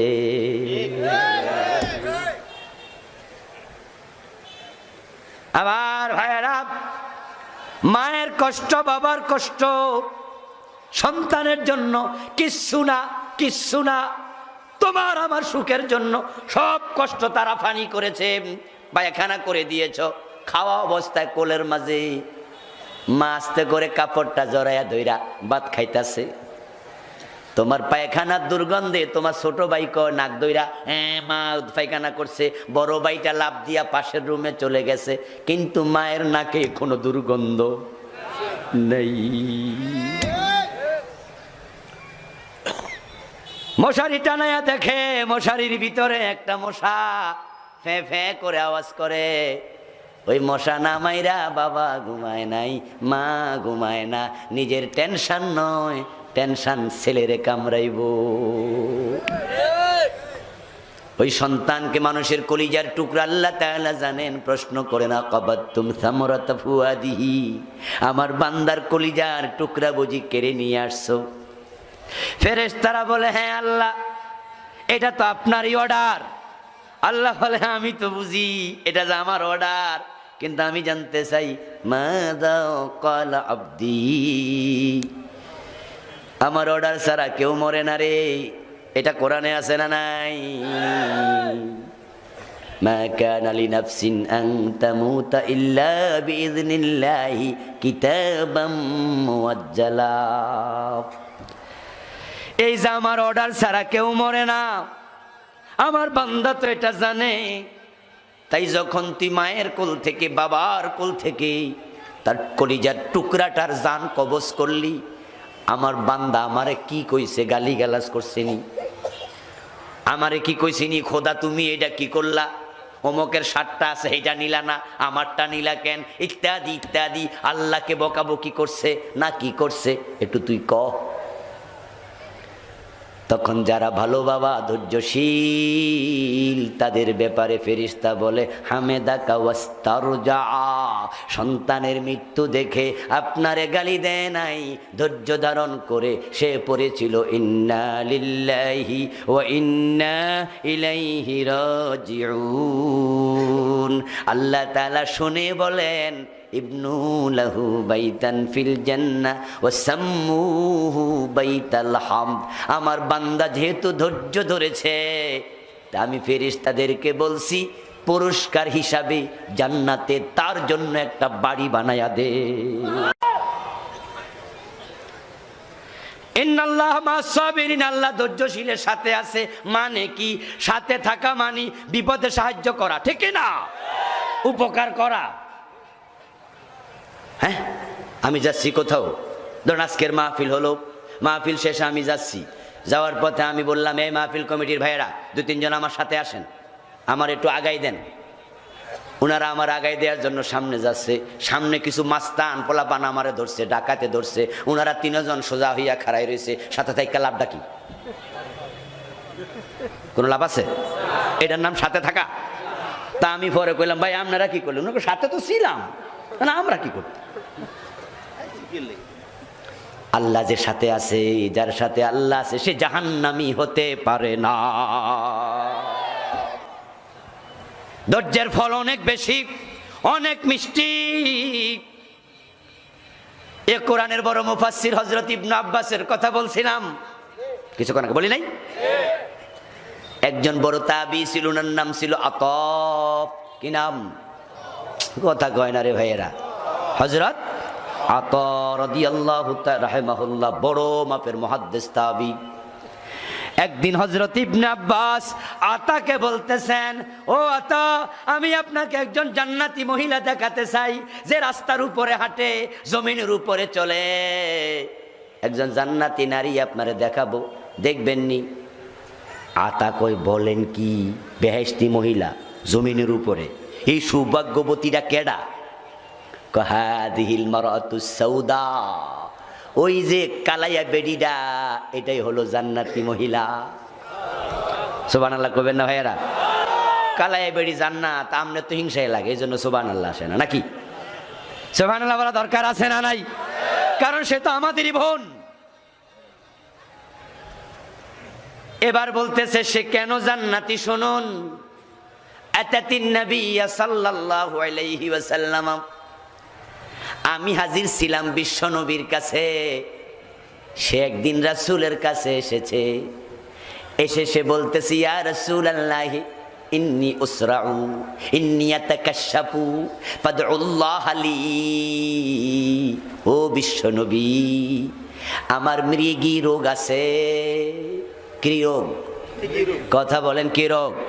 মৃগী রোগ বুঝেননি কি জিনিস? হইলে কি হয়? মাটির মাঝে পয়রা দবর দবর।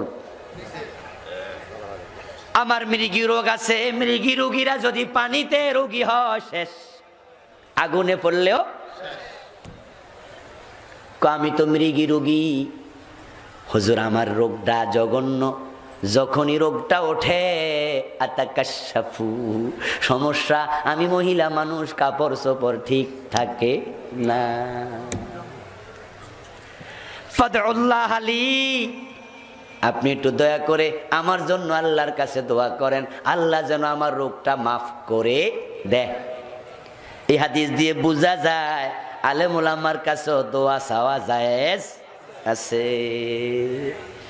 সন্তান চাওয়া জায়েজ নাই, দোয়া চাওয়া জায়েজ। হুজুর আমার ছেলে মেয়ে হয় না, মেহেরবানি করে আপনি একটু দোয়া করেন, জায়েজ আছে। নাকি কইবেন বাবা একটা ছেলে দাও, ইমান যাইব গা। কোনটা যে করা উচিত এটাই বোঝে না। আল্লাহর হাবিব শুনে বললেন, ও মহিলা, ও কালো, শোনো, লাইন সাবারতে লাকিল জান্নাহ। রোগটা দিছে কে? জোরে বলেন, কে দিয়েছে? তুমি যদি ধৈর্য ধরো তাহলে রোগের কারণে তুমি জান্নাত পেয়ে যাইবা। ফাইন শীতে আদউল্লাহ লাক আন ইউআফিকা। আর তুমি যদি বলো আমি আল্লাহর কাছে দোয়া করব এখনই, আমি আশা করি তোমার রোগটা চলে যাবে। বন্ধুরে, আমরা হইলে কি কইতাম? মহিলার সাথে সাথে কি বলে? ইদান আসবিরু। যদি রোগ থাকলে ধৈর্য ধরলে জান্নাত মিলে, আমি ধৈর্যটা ধরলাম, আমি জান্নাতটাই চাই। তবে হুজুর আমি একটা দোয়া আপনার কাছে চাই, সেটা হলো আমি যেন কাপড় চোপড় হারা না হই, ওই দোয়াটা করে দেন। বিশ্বনবী বললেন ঠিক আছে, আমি ওই দোয়াটা করব।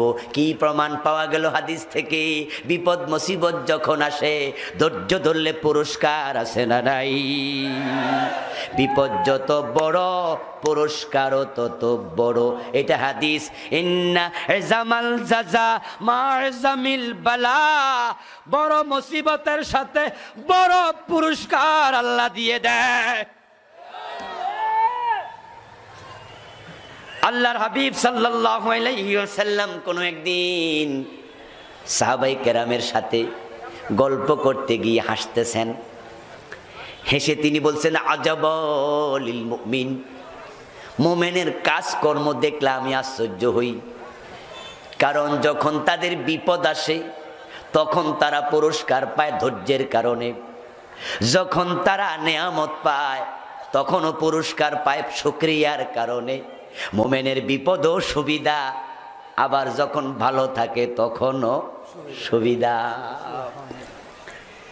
আল্লাহর হাবিব বলছেন, মা সাবা মুসলিমান মিন ওয়াসাবিন ওয়ালা নাসাবিন ওয়ালা হাম্মিন ওয়ালা জাম্মিন ওয়ালা হাজনিন। মুমিন ব্যক্তিকে ছোটখাটো বিপদ মুসিবত যা আসে, ইল্লা কাফফারাল্লাহু বিহিন্নাল খাতায়া। প্রতিটা বিপদের মাধ্যমে গুনাহগুলো মাফ হতে থাকে। হাত্তা শাউকা ইউশাকুহা। ছোট একটা কাঁটা যদি আপনার গায়ে ঢোকে তার বিনিময়ে পুরস্কার আছে না নাই?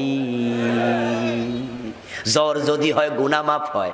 এজন্যই তো আমি বলি, ইসলামওয়ালারা, কালেমাওয়ালারা, ও কোরআনওয়ালারা, তোমরা যখন কোরআনের কথা বলো, দ্বীনের কথা বলো, বিপদ দেখে ভরকে যেও না, ভয় পেয়ে যেও না। তোমার বিপদ যত বড় হবে পুরস্কার তত বড় হবে। গায়ে কাঁটা ঝুঁকলে যদি গুনাহ মাফ হয় বিনা অন্যায়, তোমার জেলে যখন দেবে, রিমান্ডে যখন পিটাবে, প্রতিটা আঘাতের সাথে সাথে বড় বড় কবিরা গুনাহ মাফ হয়ে যাবে।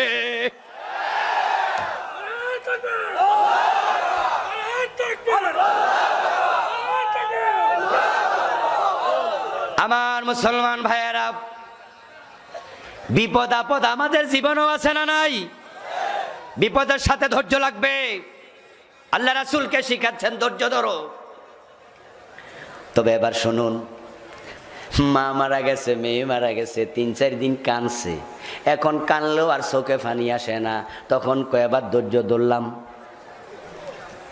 বুঝেন নাই? ফাঁসের জনের লাগে লাগছে ধাক্কা, আপনিও দিয়েছেন ধাক্কা, 3-4টা দিয়ে এবার কন মি আর দিলাম না, ধৈর্য ধরলাম। এটার নাম কি ধৈর্য নেই? ধৈর্য কখন আঘাত পাবেন? যখন আসসাবরু ইনদা সাদমাতিল উলা। আপনাকে ধৈর্য শিখতে হবে। হযরতে সম্ভবত ইবনু আব্বাসের বক্তব্য একটু কনফিউজ।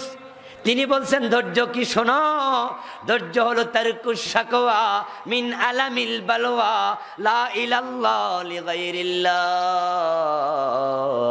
এই যে ধৈর্যের ওয়াজ চলছে, ধৈর্য কারে কয়? ধৈর্য হলো বিপদ কারো কাছে প্রকাশ না করার নাম। সংজ্ঞার দিকে তাকাইলে এই উঠাউঠি করতেছেন কেন?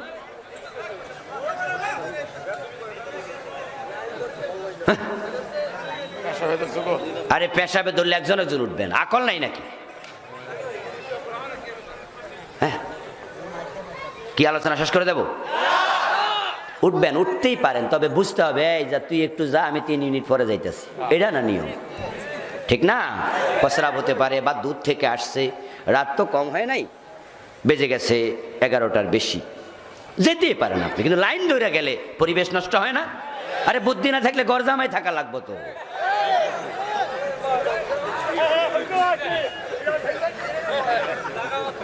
আমার ভাইয়ারা কথা শুনুন, ধৈর্য কাকে বলে? তারকুশ শাকওয়া মিন আলামিল বালওয়া লা ইলাল্লাহ লিগাইরিল্লাহ। ধৈর্য মানে হলো বিপদ যখন আসবে, ওই বিপদটা আল্লাহ ছাড়া কারো কাছে প্রকাশ না করা। শরীরটা বেশি ভালো নয়, জ্বর উঠছে, আমি জিজ্ঞাসা করলাম ভাইজান কেমন আছেন? আপনি বললেন আলহামদুলিল্লাহ, আল্লাহ যেভাবে রাখেন আমার আপত্তি নাই। এই যে জ্বর উঠছে আপনি আমারে বলেন নাই, এটার নামই হলো ধৈর্য। আমি এবার কপালে হাত দিয়া কইলাম, কিরে ভাই আপনার তো জ্বর জ্বর লাগে। আপনি তখন এবার যদি বলেন হ্যাঁ জ্বর উঠছে, অসুবিধা নাই, কিন্তু আমাদের অবস্থা হলো যদি জ্বর সর্দি থাকে, ওই জ্বর কাশ পুরা এলাকার সবাইরে জানাই দোয়ানে বইয়া বইয়া, হাসি না এলো 2টা দেই যেন মানুষে জিগায় হইছে এটা কি। হিসাব করবেন, অঙ্ক করবেন। এই যে আপনার আজকে জ্বর উঠছে, এর আগের জ্বরটা কখন হয়েছিল? দেখবেন আরো 3 মাস আগে, 6 মাস আগে, 1 বছর আগে, 2 বছর আগে। আপনি অভিযোগ করে বলে বেড়াচ্ছেন জ্বর উঠছে রে, জ্বর উঠছে রে। এই যে 3 মাস সুস্থ ছিলেন, আল্লাহর প্রশংসা করছেন কয়দিন? এইটা কয়দিন মানুষের জানাইছেন যে আল্লাহ আমার অনেক ভালো রাখছে? একটু বিপদ দিলেই বুঝি ধৈর্যহারা হয়ে যান। আল্লাহর কাছে প্রকাশ করা যাবে, অন্যের কাছে প্রকাশ না করার নাম হলো ধৈর্য। আর একটা আছে সবরে জামিল। এই হুজুর আমার আয়াত স্মরণ করে দিচ্ছে, ফাসবির সাবরান জামিলা। ওই সবরে জামিল সেটা হচ্ছে তারকুশ শাকওয়া লা ইলাল্লাহ ওয়ালা লিগাইরিল্লাহ। এমন ধৈর্য, এমন ধৈর্য বিপদে পড়ে আল্লাহরেও কয় না, কেন বলবো আল্লাহ তো দেখেই। এটার নাম সবরে জামিল।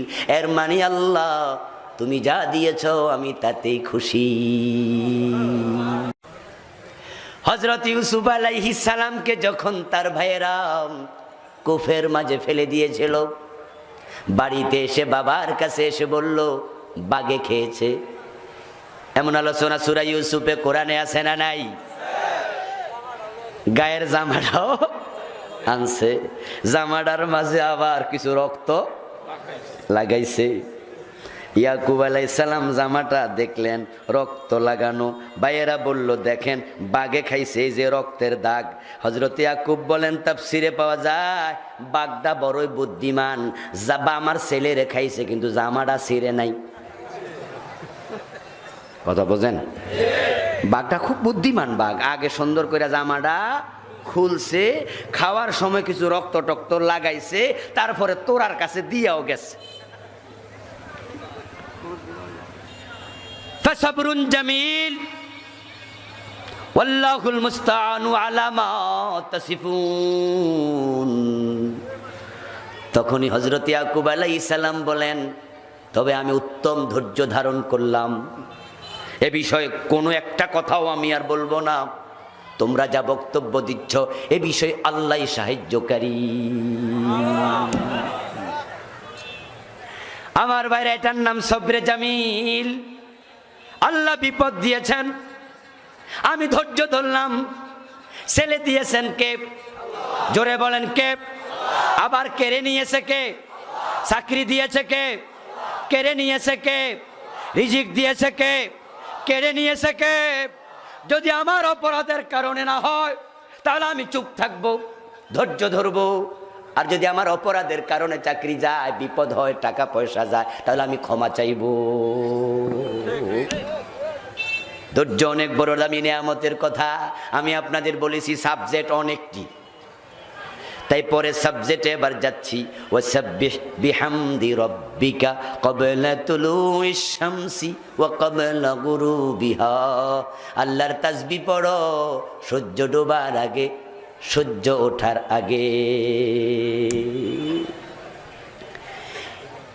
5 ওয়াক্ত নামাজ কোন আয়াতে আছে?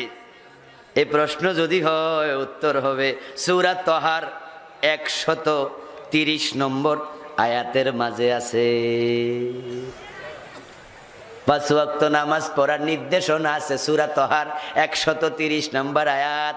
সাব্বিহ বিহামদি রাব্বিকা ক্বাবলা তুলুইশ শামসি, সূর্য ডুবার আগে তাসবিহ বলতে সালাতুল ফজর, সালাতুল ওয়া ক্বাবলা গুরুবিহা, সূর্য ডুবার আগে, সূর্য ওঠার আগে ফজর, সূর্য ডুবার আগে।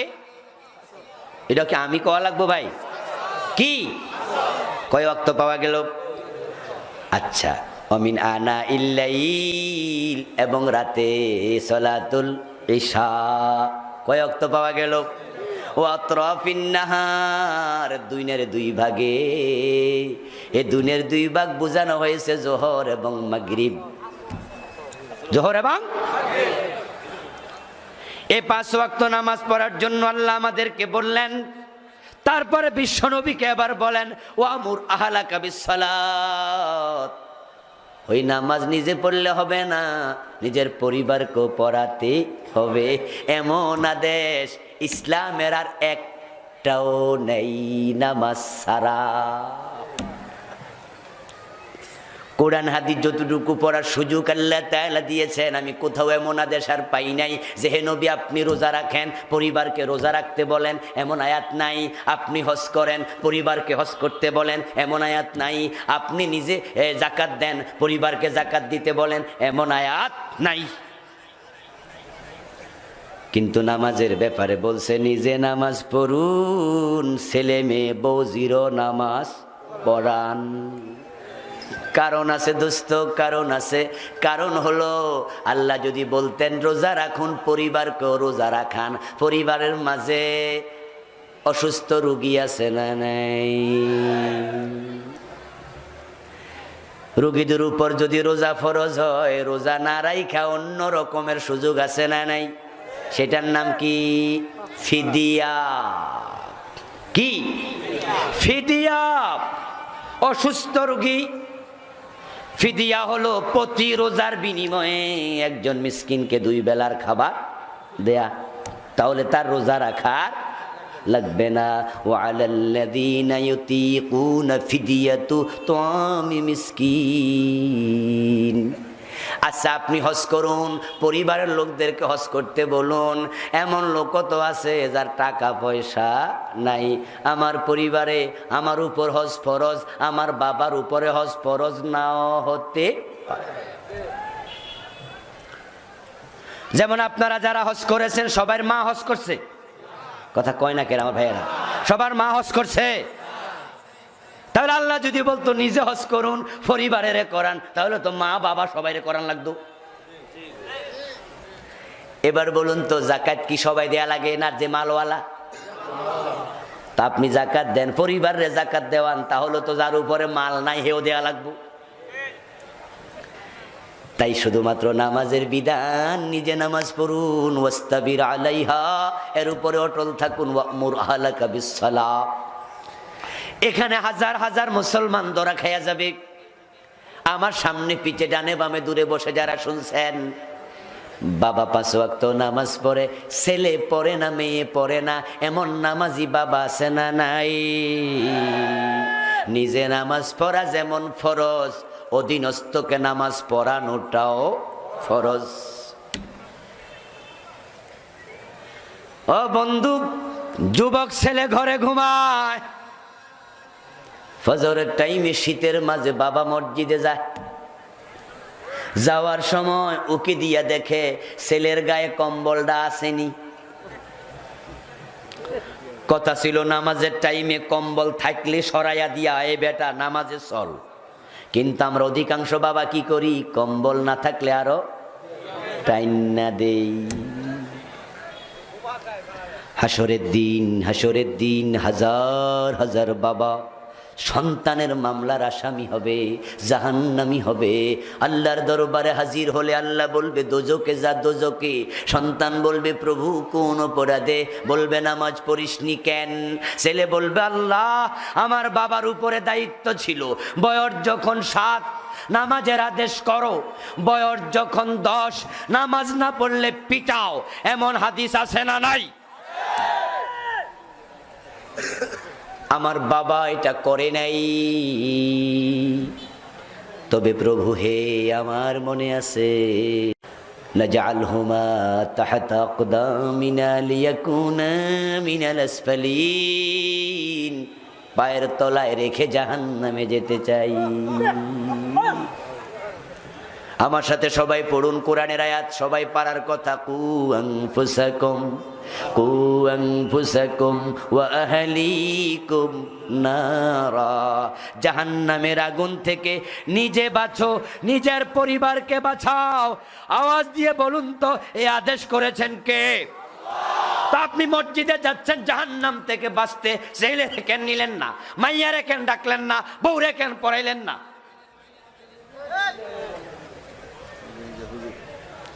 যুবতী মেয়ের মামলায় বাবা জাহান্নামী হবে। হাজি বাবা, হাজি নামাজি বাবা। আল্লাহ বলবে যা বেটি দোজকে যা। মেয়ে বলবে অপরাধ কি করবো? আল্লাহ বলবে দেখ তোর আমল নামার মাঝে 3 লাখ কবিরা গুনাহ। মেয়েটা অবাক হয়ে বলবে আল্লাহ এত কবিরা গুনাহ আমি করলাম কবে?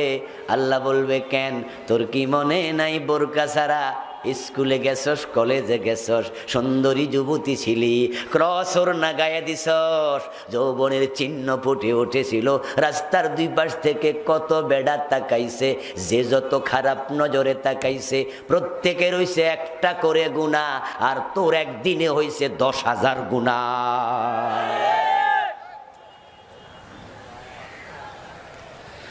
আপনার যুবতী মেয়েটা কলেজে যায়, স্কুলে যায়, ইউনিভার্সিটি যায়, অফিসে যায়, হাসপাতাল যায়, বোরকা পরে যায় না।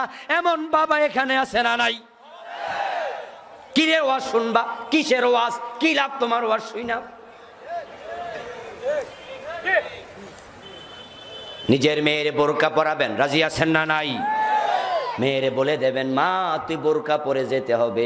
মেয়ে যদি নাক ছিটকায়, বাবা স্কুলে সবাই তো যায় না, আমার কেমন কেমন লাগে, আমি বোরকা পরবো না, তখন বলে দেবেন তাহলে আমার ঘরে ভাত খাওয়ার সুযোগ তোর নাই। তোর মতো মেয়েরে আমি কলেজে পড়াতে রাজি না। অথচ উল্টা উল্টা ক্লাস 6 মাইয়ারে গানের স্কুলে ভর্তি করাইয়া দেয়। এমন বাবা আছে না নাই? সারে গামা ফা দানিশা।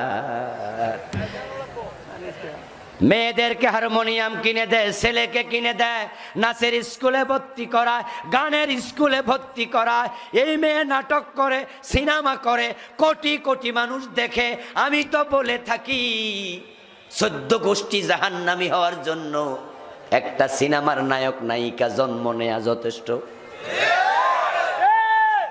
আমি এটাও বলে থাকি যাদের বংশে 18 কলসি পাপ করছে, হে বংশে একটা নায়ক নায়িকা জন্ম নিছে। রক্তের মাঝে দারুণ প্রবলেম। ভালো রক্ত থেকে এত পাপাচারী হতে পারে না। কারণ সিনেমা যারা বানায়, যারা নায়ক নায়িকা হয়, তারা শুধু একা কবিরা গুনাহ করে না, কোটি কোটি মানুষকে কবিরা গুনাহগার বানায়। লাগাতার 3 ঘন্টা শত শত কবিরা গুনাহ, শত শত। আমরা যারা ভালো মানুষ আলহামদুলিল্লাহ, আমরা সিনেমা হলে যাই না, সিনেমা দেখি না, পছন্দ করি না। মা পর্দা করে, বউ পর্দা করে, মেয়ে পর্দা করে, নিজের আত্মীয় স্বজনরা পর্দা করে, বেপর্দা কেউ দেখলে ধমক মারি। সে আমরা তো এমন জায়গায় পোস্টার লাগায় রে সিনেমার কানা বেড়ার শোকও যায়। একটা আয়না কিনবো, আয়না কিনতে বাজারে যান, আয়না কিনবেন 30 টাকা, পিছনে তাকায়া দেখেন বেড়ি ফিরি। আছে না নাই? সেই লোকগুলা কত হারাম। আমি অবাক হই যে বিনা কারণে কবিরা গুনাহ করে। এটি কেমন মানুষ রে? আয়নার পিছনে গোলাপ ফুল দেয়া যায় না? কথা বলেন না কেন? বাইতুল মোকাররমের ছবি দেয়া যায় না? মসজিদ আকসার ছবি দেয়া যায় না? ভালো কিছু দেয়া যায় না? তোরা কেনা কইছিস সিনেমার নায়িকা দিতি? কে কইছে? হায় হায় হায় হায়, এমনি তো গুনার অভাব নাই, আর বিনা কারণে গুনাহ করতেছে, কোন কারণ ছাড়া। মাঝে মাঝে দেখি রাস্তা দিয়ে চলার সময় চা দোকানে বইয়া টেবিলের উপরে ঠ্যাঙের উপর ঠ্যাং তুলে আসছে, লুঙ্গিটা তুলতে তুলতে রানের গোড়া তুলে বইয়া রয়েছে। কোনো ফানি নাই, কিছু নাই, জ্বর তুফান নাই, লুঙ্গি নিজে নিজে উঠছে। আমি অবাক হই, এই লোকেরা দোজখে যাইব না তো যাইব ডাকেরা? আর এরা দোজখে গেলে আল্লাহ মানা করব কেন? কারণ কোনো দরকার ছাড়া কবিরা গুনাহ, ঠিক না? অপ্রয়োজনে সতর্ক। আরে ভাই, যদি এমন তো হে গাছে উঠতেছে, হে হাল চাষ করতেছে, যদিও তখনও তরক করার কোনো অনুমতি নাই, তারপরেও যে হইতে পারে যে লুঙ্গিটা খোলা আছে তো বেড়ে টেরে ফেরে টেরে যায় কিনা, তাই গাছে ওঠার সময় বুঝতাম যে লোকটা কবিরা গুনাহ করছে, তবে কারণ একটা দেখাইছে। কিন্তু যে চেয়ারের মাঝে বয়ে রসুল্লাহ, এর কোন কারণ কোনছে? এর মানে হলো এই লোকগুলোর কলিজার মাঝে আল্লাহর ভয় সামান্য। নিজের বউটাকে সাথে নিয়ে বেড়াতে যায়, পর্দা করে না, এমন স্বামী আছে না নাই? এই যে আগামী দিন জুমার নামাজের পরে কমিউনিটি সেন্টারে বিয়ের দাওয়াত খাবে। আস্তাগফিরুল্লাহ আল-আযীম। বিয়ের অনুষ্ঠান ছিল রহমতের অনুষ্ঠান, এটা সুন্নাহ অনুষ্ঠান, আল্লাহর রহমত পড়ার কথা, ঠিক না? কিন্তু বিয়ের অনুষ্ঠানগুলোতে এখন এত বেশি বেপর্দা মহিলা, সেখানে রহমতের ফেরেশতা নামার জায়গাও পায়। যে সমস্ত মহিলারা নরমালি পর্দা করে, তাদের মাঝেও বিয়েতে যাওয়ার সময় বেপর্দার প্রবণতা জন্ম নেয়। নিজের নেকলেস যদি না থাকে, খালতো বোন থেকে হাওলাত নেয়। শাস্তে শাস্তে কালা বেড়ি সাদা হয়, ঠিক না? যেটা একবার কালাইয়া সেইটাও। আজকের মাহফিলে মা বোনের আছে না নাই? আমার বদদোয়া দিব না? আমি আশা করি বদদোয়া দেবেন না, কারণ মা আমি আপনাকে বলছি, বোন আপনাকে বলছি, আপনি হচ্ছেন আপনার সন্তানের জন্য ফ্যাক্টরির মতো। ফ্যাক্টরির ভিতরে যদি থাকে, ফ্যাক্টরির ভিতরে থাকে অকটেন, ফ্যাক্টরির ভিতরে থাকে কেরোসিন তেল, যত দামি সানাসুর হোক ওই সানাসুর খাওয়া যায়। আপনি সন্তানের জন্য ফ্যাক্টরি মা, আপনার পেট দেখায়া রাস্তায় হাঁটবেন না। নাভি থেকে বুক পর্যন্ত এই জায়গাটুকু 8 ইঞ্চির মতো। মা আপনার এই জায়গা অনেক দামি জায়গা, অনেক দামি জায়গা। এটা যদি পরপুরুষের চোখ পড়ে যায়, ওই পেট থেকে আল্লাহর ওলি জন্ম নেবে না।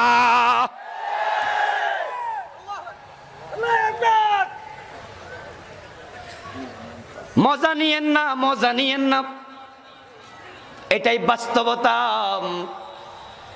সমাজে বলুন তো, শিক্ষিত মানুষ বেশি না কম? আগের তুলনায় কথা বলুন, বেশি না কম? দিন দিন শিক্ষিত কমে না বাড়ে? কিন্তু ভালো মানুষ কমে না বাড়ে। এ ভালো মানুষ কমার পেছনে মায়েদের পেট দেখানো দায়ী, বেপরদায়ী দায়ী। যে বয়সে তোমার বোরকা পরা উচিত, ওড়না পরা উচিত, তুমি তোমার বুকের সৌন্দর্য রাস্তায় দেখাও না। পরপুরুষ তোমার বুকের সৌন্দর্য দেখছে, আর তুমি আস্তে করে ওড়নাটাই না আরো দেখাইতেছো। এমন কিছু হারামি মাইয়া আছে না নাই? হুজুরের সামনে এটা করে। হুজুর আইছে তো, হুজুর দেখে রাস্তার পাশ দিয়া আস্তে করে ওড়না টানে, ওড়নাটা মাথায় দিতে যাইয়া বুক দেখাইয়া ছেড়ে দিতেছে। মানে দেখো আমি কত সুন্দর। আস্তাগফিরুল্লাহ, আস্তাগফিরুল্লাহ। যেই বুক পর পুরুষ দেখে ওই বুকের দুধ খেয়ে আল্লাহর ওলি হবে না। খারাপ সন্তান তেমনে আসে নাই। তুমি রাস্তার মাঝ দিয়ে হেঁটে যাচ্ছ মা, ও আমার যুবতী বোন, 1000 লোক যদি তোমারে দেখে তাদের একটা করে কবিরা গুনাহ হবে, আর তোমার একাই হবে 1000টা। তুই 4টা কবিরা গুনাহ থাকলে তো হুঁশতায় না। কেউ যদি বিষ খায়া মারা যায় আমরা খবর শুনি, আফসোস করি, কারণ আমরা কই হারে কবিরা গুনাহ করে মরছে। আচ্ছা, যে বেটা বিষ খায়া মরছে এর আমল নামায় 10,000, 20,000, 50,000 কবিরা গুনাহ আছে, আপনি কি জানেন নাকি? আফসোস করছেন কেন? আফসোস করছেন আপনি একটার খবর জানেন, আত্মহত্যা মহাপাপ। সে এই কবিরা গুনাহ থেকে তাওবার সুযোগ পায় নাই, তা আপনি নিশ্চিত যে তার আমল নামায় একটা কবিরা গুনাহ আছেই। এখন একটা থাকলে যদি আফসোস হয়, আপনার মেয়ে যে বেপরদায় চলছে, কত হাজার কবিরা গুনাহ, আফসোস করবেন কবে? জমান নামাজ পড়ে বের হইয়া মোবাইল হাতে নিয়া, জরিনার মা রেডি হইছনি? ওই যে বিয়ের দাওয়াত আছে, জরিনার মারে কয়, জরিনার মা কয় হ্যাঁ 1 ঘন্টা ধরে সাজতাছি, রেডি হয়েছি না মানি? ঘরের মাঝে সাজে না, স্বামীর সামনে থাকে একবারে আদা ফেতনির মতো। গামে গরমাক্ত কাম কইরা ঘাইমা রইছে, ভালো কইরা গাড়া পরিষ্কার না কইরা খাটে যাইয়া শুইয়া রইছে। স্বামী তার সাথে রাতের বেলায় সঙ্গ নিয়েছে, স্ত্রীর মুখে লিপস্টিক নাই, গায়ের মাঝে সৌন্দর্য নাই, চুলগুলো এলোমেলো। বউটা দেখে মজা লাগবে কেন? যখন অফিসে যায় পাশের চেয়ারে যে আরেক বেড়ি বইয়া রইছে, বারবার ওই দিকে চোখ যায়, কারণ বেড়ি তো লিপস্টিক দিয়ে আইছে, সাইজা গুজাইছে। ওই বেটা যদি পাশের সিটে বসা ওই বেরির সাথে পরকিয়া কইরা সেকেন্ড ম্যারেজ করে, প্রথম বউ লাঠি লইয়া খাড়ায়, দ্বিতীয় বিয়ে করলি কেন? আমি তো বলি বোন, এই জন্য আপনিও কম দায়ী না। কারণ বেটার সামনে যদি নিজে সুন্দর করে সেজে গুজে থাকতেন, তাহলে পর নারীর দিকে তার চোখ যেত না। যদি চোখ কখনো যেত, তার মন বলতো আমার ঘরে আরো সুন্দরী আছে। ঠিক না বেঠে? দেখছেন নি পুরুষেরা কেমনে ঠিক কইতাছে? এই শব্দ দিয়ে বোঝা যাচ্ছে অনেক বউরা সাজে না। আপনারা সাজবেন মা বোনেরা, যত রং আছে সব জায়েজ। পুরুষের জন্য সুগন্ধ, নারীদের জন্য রং। পায়ের তলা থেকে মাথার চুল পর্যন্ত সব সাজবেন, কিন্তু কার জন্য? স্বামীর জন্য। কিন্তু জরিনার মারে কয় সাজনি, জরিনার মা কয় সাজছি। তারপরে বাড়ি গিয়া স্বামী কয় কি তার সাজ, কাপড় পরছো সবুজ, লিপস্টিক দিছো লাল, হাতে ছুরি দিছো হলুদ, হইছে না? মেসিং না, মেসিং করো। বউডারে আরো সাজাইয়া মোটরসাইকেলের পিছনে বসায়া তারপরে রাস্তা দিয়া যায় চলে, 1000 মানুষ তাকায়া থাকে, 1000 কবিরা গুনাহ হয়। হাসরের মাঠে তুমি স্বামী নয়, বউয়ের মামলার আসামি হওয়া লাগবে।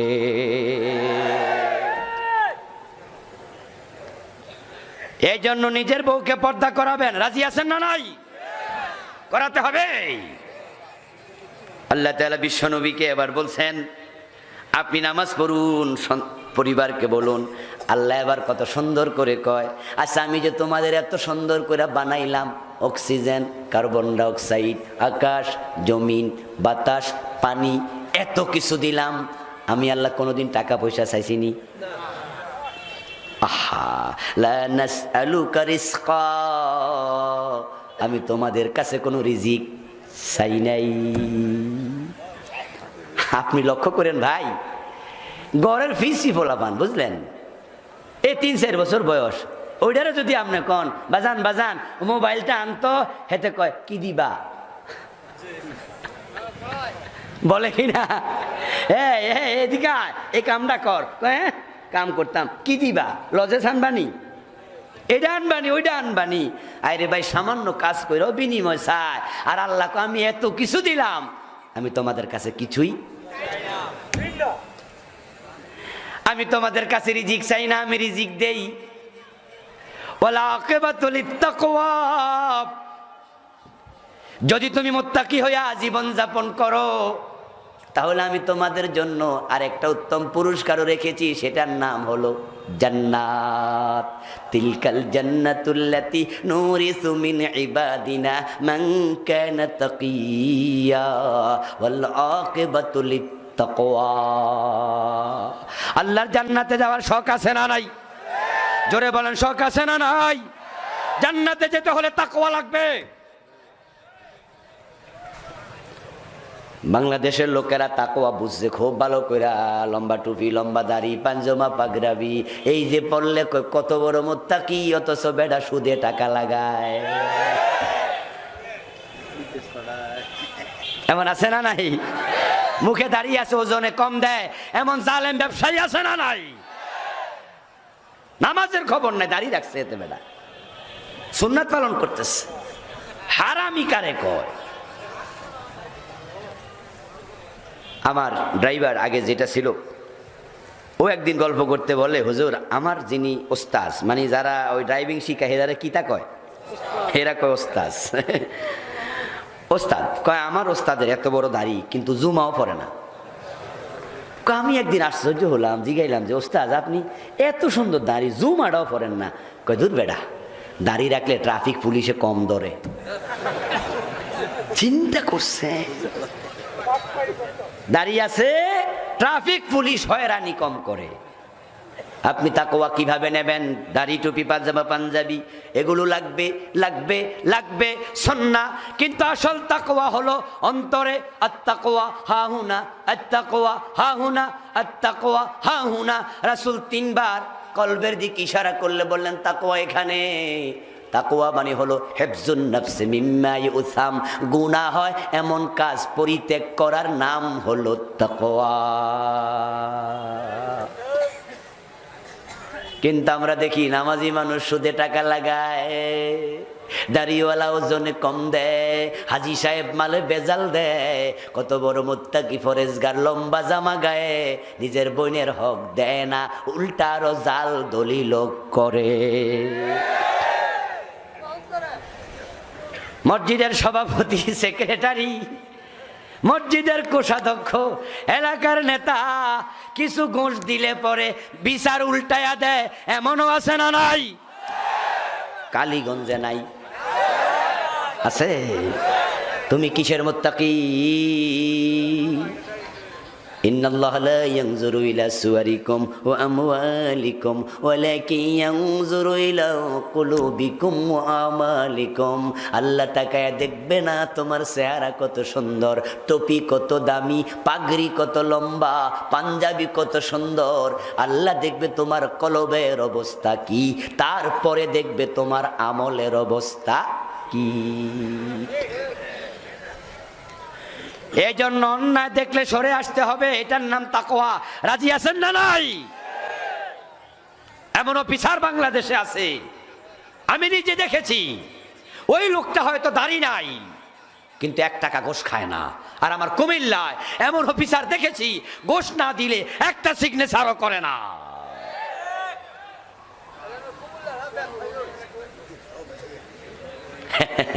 কয় সব জায়গায় নাকি আছে? হ্যাঁ, আমাদের কুমিল্লার দেবিদ্বার থানা বিরাট একটা মাদ্রাসা আছে, যে মাদ্রাসা আমি পড়েছি, নাম হলো ধামতি আলিয়া। অনেকে নাম শুনে থাকবেন। হ্যাঁ, ওই মাদ্রাসার কেরানি সাহেব গেছেন টিওনুর অফিসে। মাদ্রাসার প্রতি কয় বছর পরে পরে নবায়ন করা লাগে, এটার নাম কিটা জানি? ও না না, নবায়ন যে করে, হ্যাঁ, স্বীকৃতি। স্বীকৃতি কি করা লাগে? নবায়ন করা লাগে। 5 বছর পর পর নির্ধারিত মেয়াদ আছে। যাই হোক, উনি মেয়াদে আবার সেখানে টিউনু সভাপতি, উনার কি লাগবে? গেছেন উনি টিউনু অফিসে, গল্প করছেন আমাদের সামনে এসে। প্রিন্সিপাল হুজুর নিজে একদিন বক্তৃতা দিতে গিয়ে বললেন, কাহিনী শোনো, তাকওয়া কই গেছে, তাকওয়া এখন কি জিনিস দেখো। টিউনু সাহেব নতুন আসছে, দামতি আলিয়ার নাম উনি ভালো করে আগে শোনে নাই, চিনেও না। হেড ক্লার্ক সে সব কাম করে, স্যার আমাদের নবায়ন লাগবে, একটু সাইন দিয়ে দেন, কালকে সকালে ঢাকা যাব, আগামী দিনের ভিতরে করব, কারণ টাইম আগামী দিনে আছে। দাউদকান্দিও ব্রিজ হয় নাই, মেঘনাও ব্রিজ হয় নাই, আইতে যাইতে একদিন শেষ। টিউনু সাহেব কয় কত আনছেন? কি কয় কত আনছেন? উনি কয় স্যার আমাদের মাদ্রাসা তো অনেক পুরাতন মাদ্রাসা, ছাত্র টাত্র তো অভাব নাই, আমরা তো এইসব দেই না স্যার। কয় না দিলে আমি সিগনেচারও করি না, মাগনা লেখাপড়া করি নাই, আপনি এখন যান।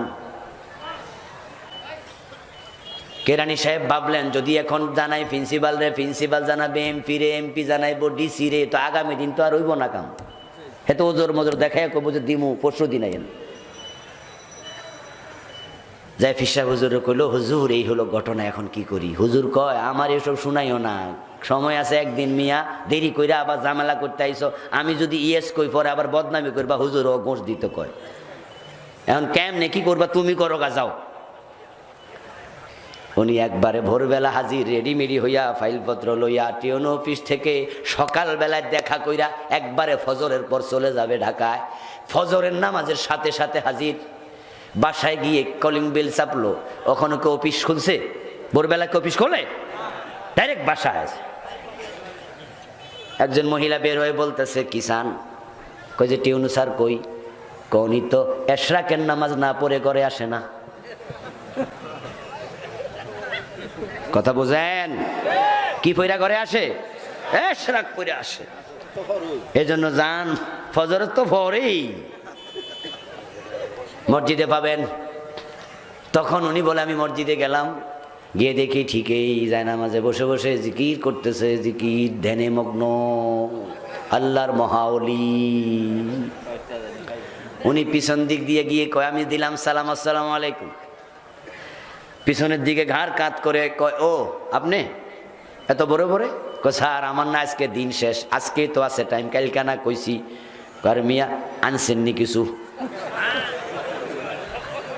কয় স্যার কিছু আনছি। কথা হইলো অপেক্ষা করেন, আমি আসতেছি, আমি 6 রাকাত পড়ে আসি। তারপরে তিনি এশরাক পরে ঘরে গেলেন, হাতে ঘোষ নিলেন, সাইন করে দিলেন, নামাজ পড়ে জিকির করে হারাম খায় এমন লোক শুধুমাত্র ওই বেড়া না আরো আছে না নাই? কিসের মুত্তাকি তুমি? ওয়ালা আকিবাতুল তাকওয়া। ওয়াজ নিয়া বাড়িতে যাইও ভাই, কামে লাগবো। মৌমাছি যখন মধু সংগ্রহ করে, ওই ফুলের মাঝে একসাথে 100 টাক মধু নেয়নি, আধা 100 টাক। কতটুকু নেয়?